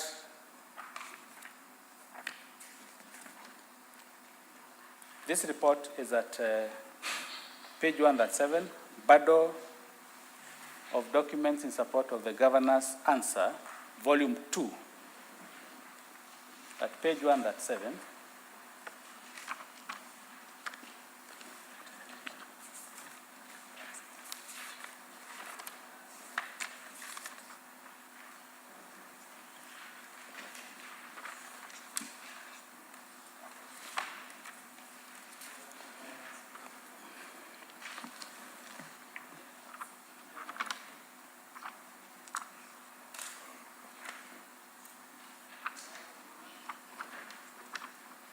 Yes, Council. Yes, and at page 143 that follows, there is a document from the church. And you can see in that document, the church explains what it understands is the nature of that land and the two public institutions operating on that land. Through the chair. Thank you. Yes. Chairman, I do not want to question my colleague's style, but wouldn't it be better if he led these documents during the taking of his own witness and use his time to put questions to this witness about the things that he has told this committee? I think, Council, yes, the senator has a point. Yes. But I don't want to take away anything from you, yes, because even the guidance the senator is giving you, yes, you are still within the framework, yes, because what you are asking arose when the Council of the County Assembly was making their case. But the senator we are requesting you, that which you can reserve for your time tomorrow, yes, do so, and here just highlight. It don't look like you're prosecuting your case. Very well. I understand. And for information, yes, the County Assembly did 1 hour 45 minutes, yes, and you have now done 1 hour 10 minutes. And in usual practice, yes, your side cannot be given the same time. You're just supposed to, or am I out of? No, Chairman. Your time is supposed to be shorter. In really. a quarter of an hour, Yeah. I'll wrap up. Yeah. Quarter of an hour. Quarter of an hour. Very good. Thank you very much. Members, you okay? Very well.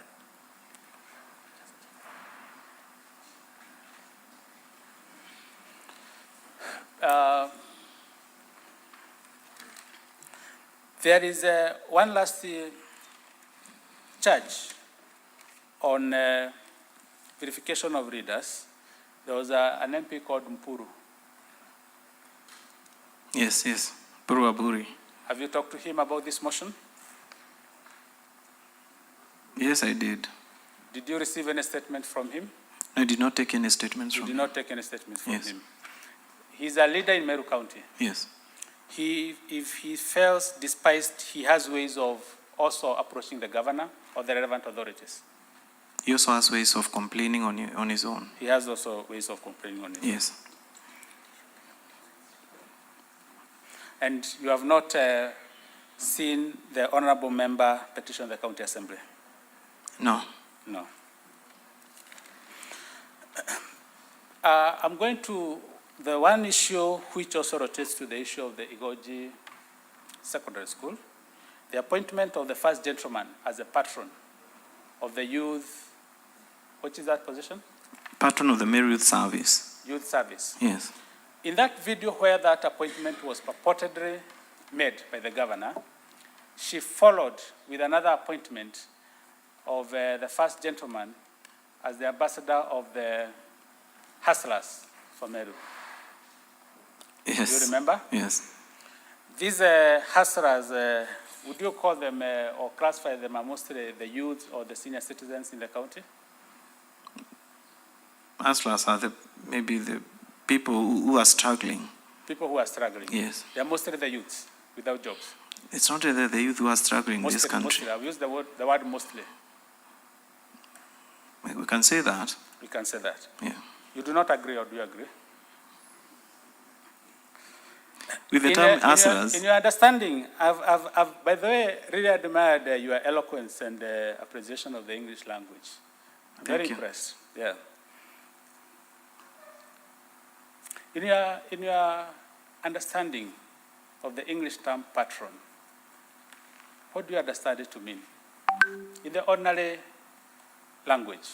Patron is like an overseer, someone who oversees what is happening in a particular area. Let me put it otherwise. A patron is a ceremonial office. A patron is invited for ceremonies when a club or an organization or a group have a ceremony or an event. Patron, people go for advice. They go to seek sponsorship. They go to seek connections with sponsors. And that's why even persons who frequent the watering holes, we are patrons to those bars. That's correct? That's correct. Because we support them. Yeah, that's correct. So if I tell you that the understanding of the term patron is not a creature of a county office, but a ceremonial office for that purpose only, would you refute? In this context? No, in my context. In your context, I will not refute. Yes or no? In your, from the definition, answer my question so that I don't refute. You do not refute. Yes. So you do not refute. Yes. Okay. There was the issue of the county order. I mean the order from the court, the conservatory order. Yes.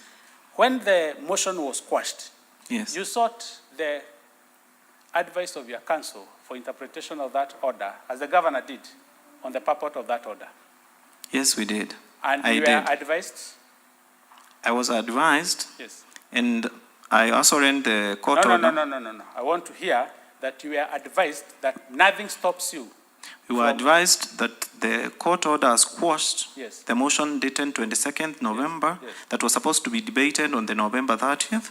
Thank you very much. And that So when you sought advice from your counsel, you also expect the governor sought advice of her counsel? Yes. Would you charge her or verify her for following the advice of her counsel? I cannot. You cannot. Yes. You received a letter from her counsel explaining why they do not intend to appear, because they do not want to violate their own orders that they got in their own favor. You saw that letter? I saw it. It was read by the Would you speaker. verify the governor for following such an advice and communicating to you? I cannot verify the governor for following the advice of counsel. Thank you very much. We are coming to the other issue of public participation. About how many people participated? Roughly in the region of 3,000, by if you count in the region of 3,000. The attachments, yeah. And about how many approved the motion? How many approved the motion? It's difficult to say exactly roughly the number because the same you have estimated roughly. You can say 60 to 70% of the respondents were approving the motion. Because of the circumstances of the day. 60 or 70 people? 70%? No, I'm saying 60-70% were approving the motion. 70% were approving the motion. So 70% of about 3,000. And the registered voters in Meru are 879,000. That correct? That's 810,000. 810,000. Yes. Thank you for the exactitude. So in advertising for this motion, you put out radio adverts and newspaper adverts. Yes. In your target audience, how many read newspapers? In your estimation, in terms of percentage? I don't have that statistic. Estimation. So I'll be lying You if have I give formed any so many number. opinions, Mr. DMK. How many? How can you tell how many You people read cannot tell. newspapers? Did you advertise that motion in any formal gathering like a church?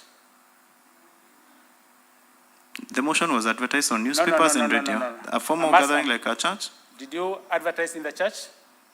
No. No. Did you sponsor a road show to advertise the motion? No. Did you understand the implications of this motion to overturn a whole election of a governor simply because she was undesirable to you?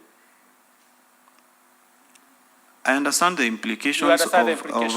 of impeachment Thank you. as provided by law. Thank you very much. So you only did 2 advertisements.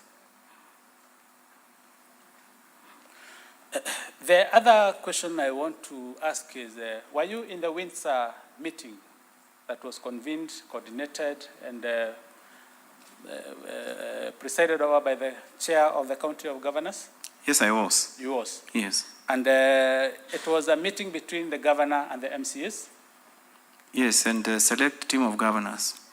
And certain team of governors? Yes. And you agreed on a way forward? Yes.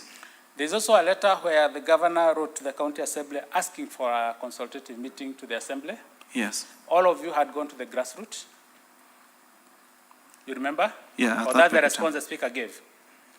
Yes, yes. You also remember that in your motion you lament that the governor is going to the grassroots alone?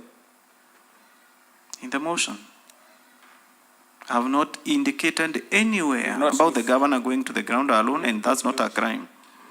You've not indicated anywhere. Yes. In that, when the County Speaker said that you people are not available, was there any follow-up on the part of the Assembly to propose dates when you could be available to meet the governor? The burden was on the governor to select the burden is on the governor. to select another date. How will she know what is convenient a date for you? By calling the speaker and talking, because the correspondence was between the two. Did you inform her that she has a burden to call the speaker and arrange a date? I think she should have read the letter that the speaker wrote. No. In that letter, did you see anywhere she's told to call? Yes, the speaker has mentioned that the governor can select another date. No. I'm talking about, you Yes. said a phone call to the speaker to arrange and agree which date is convenient to the MCAs. Is there such a statement in that letter? There is no statement like There is that no in his letter. statement. Yeah.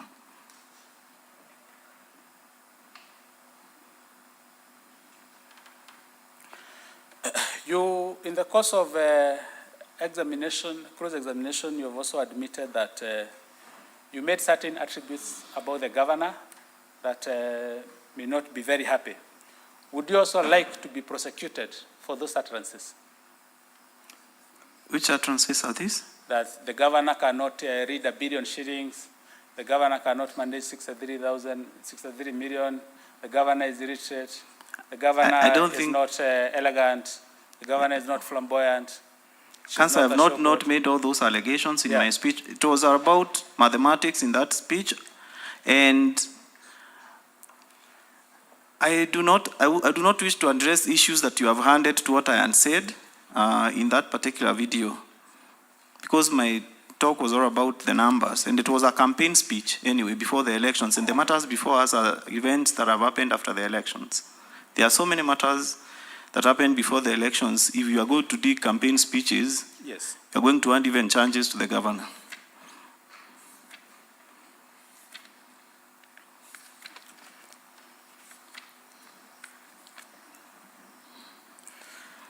You have said that the governor has violated the Public Finance Management Act. Yes. Has the governor expended any money without the approval of the county assembly? No.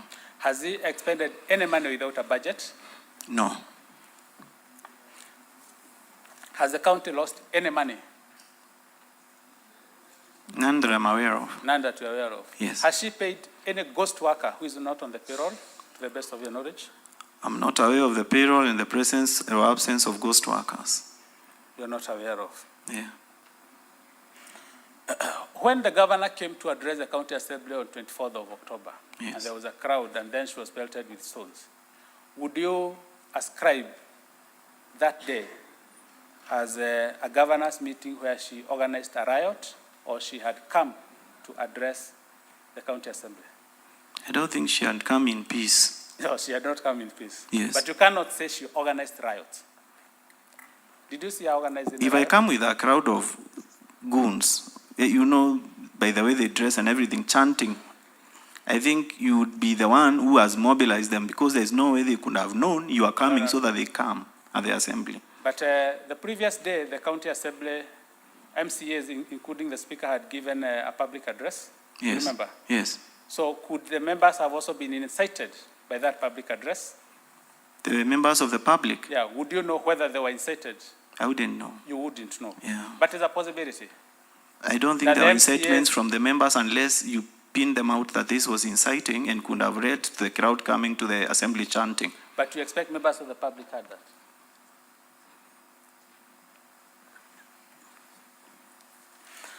There was a misconduct in respect to CECs. Yes. Has the governor gazetted the number of CECs who will serve in her cabinet? She gave the list in her speech. Yeah. She gave a speech from her office. She gave a speech. Yes. But you don't know any cabinet position she has gazetted that she has violated. Do you know any? Reframe your question. The way a cabinet is constituted in the county level, the governor decides how many ministers she will have, and she gazettes those offices. Is that correct? She doesn't gazette, but she writes to the assembly saying she has nominated these members of the county executive committee member. Is there a time limit within which she must do that? There is no particular time limit. Is there or there is not? There is no particular time limit. There is no particular time. Yes. So she is still within her time. I wouldn't say that, because she would have left the names as three, as they were. She should Not, have left- not trying to go around the law.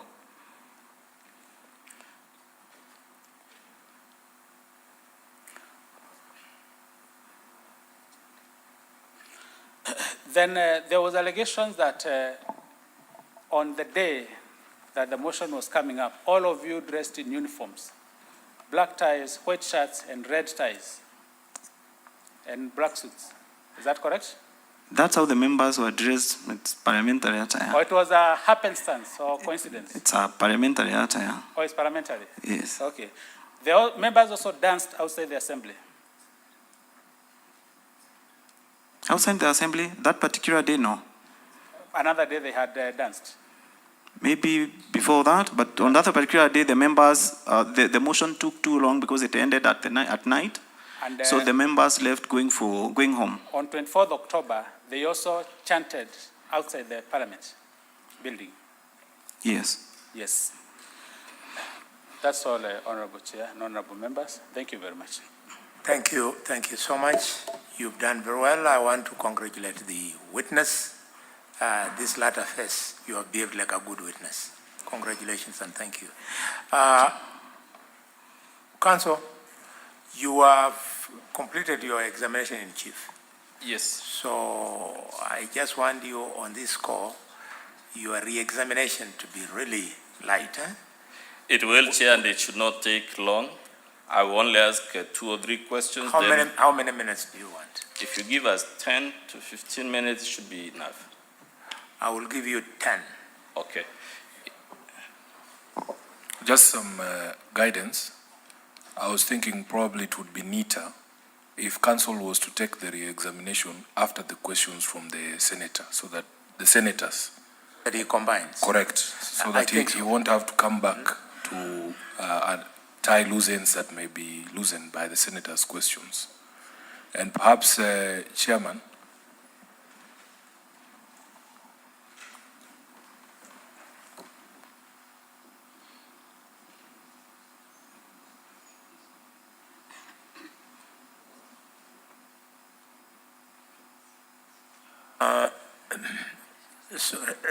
Sorry, Senator for Nairobi, I must rule in the negative.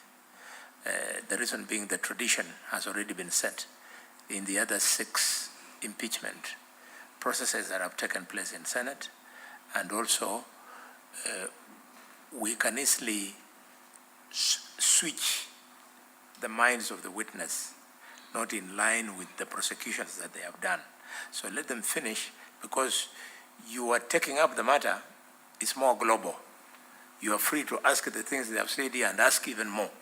So let's give them, and then also members, to manage it slightly better. The witness will not be useful to us unless I replenish his glucose. So he will need a break, take tea, then come back when he's recomposed. Probably the bladder is full now, he's even not able to. Most obliged. So it's 10 minutes, sir. Yes, and we'll share the 10 minutes with my learned friend, Mr. Jacob Ngwele. I will only ask a few questions.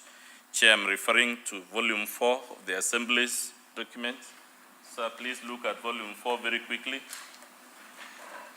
Page 16.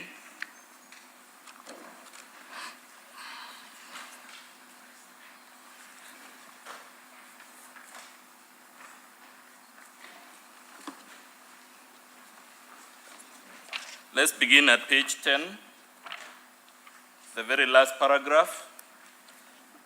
Does it show the number of people who participated in the public participation? By way of overviews, does it show at page 10, the very second last line? Page 10? Second last line. Yes. It says how many people gave their views orally? 1,300. Let's go to page 16. Again, the last paragraph. Who does it say conducted the public participation? Can you read your last paragraph very quickly? The mover of the impeachment motion, the Honorable DMK Kyogora, is particularly grateful to the offices of the Speaker, the Clerk of the County Assembly, members of the County Assembly of Meru, staff, members of the public for facilitating the public participation on the 13th of December 2022 in accordance with the law. Does this show that it is officers of the Assembly who are in charge of this exercise? Yes. Let's now go to page, still on volume 4.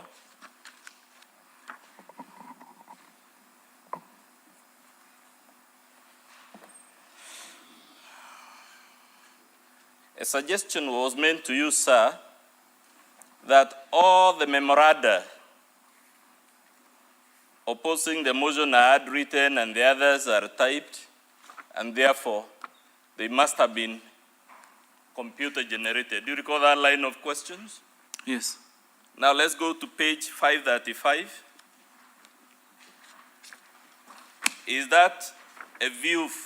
First of all, is that an email? Because a question arose about emails. Yes, this is an email printed from the...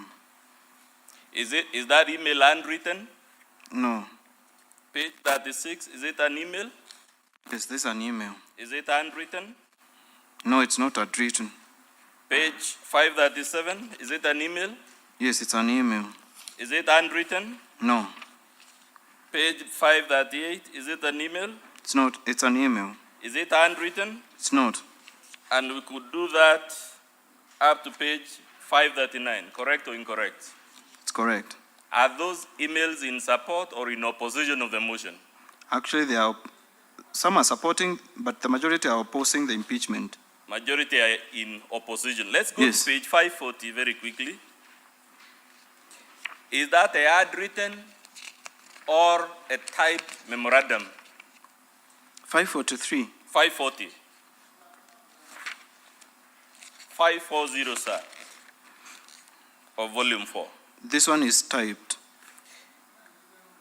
At page 541 and even at page 540, the title, Is that a memorandum in support or in opposition to the impeachment motion?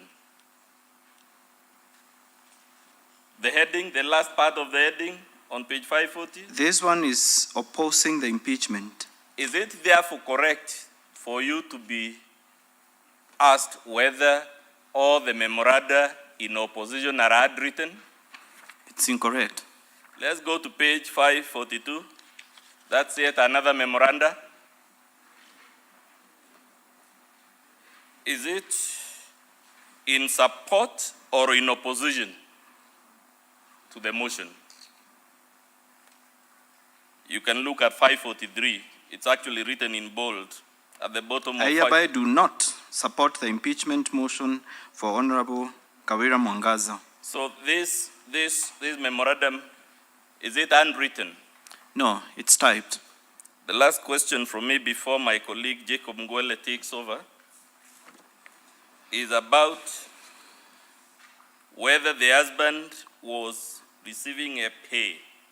And I'm referring, Chair, to volume 1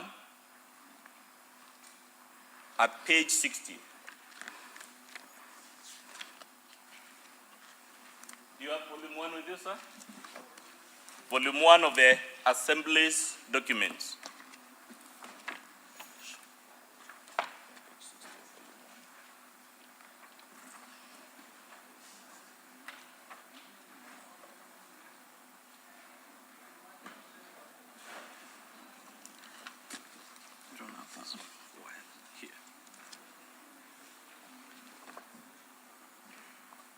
That, sir, is a letter from the Ethics and Anti-Corruption Commission.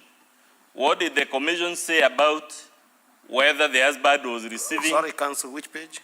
Page 60 of volume 1 of the Assembly's documents.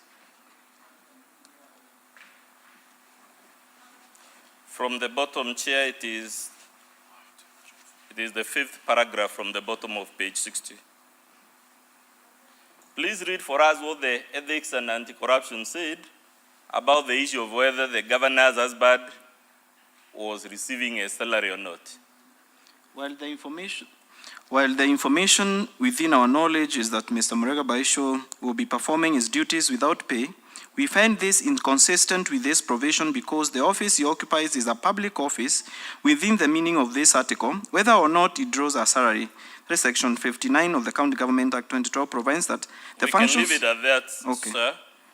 Chair, I will donate the remaining minutes to my learned friend, Mr. Jacob Ngwele.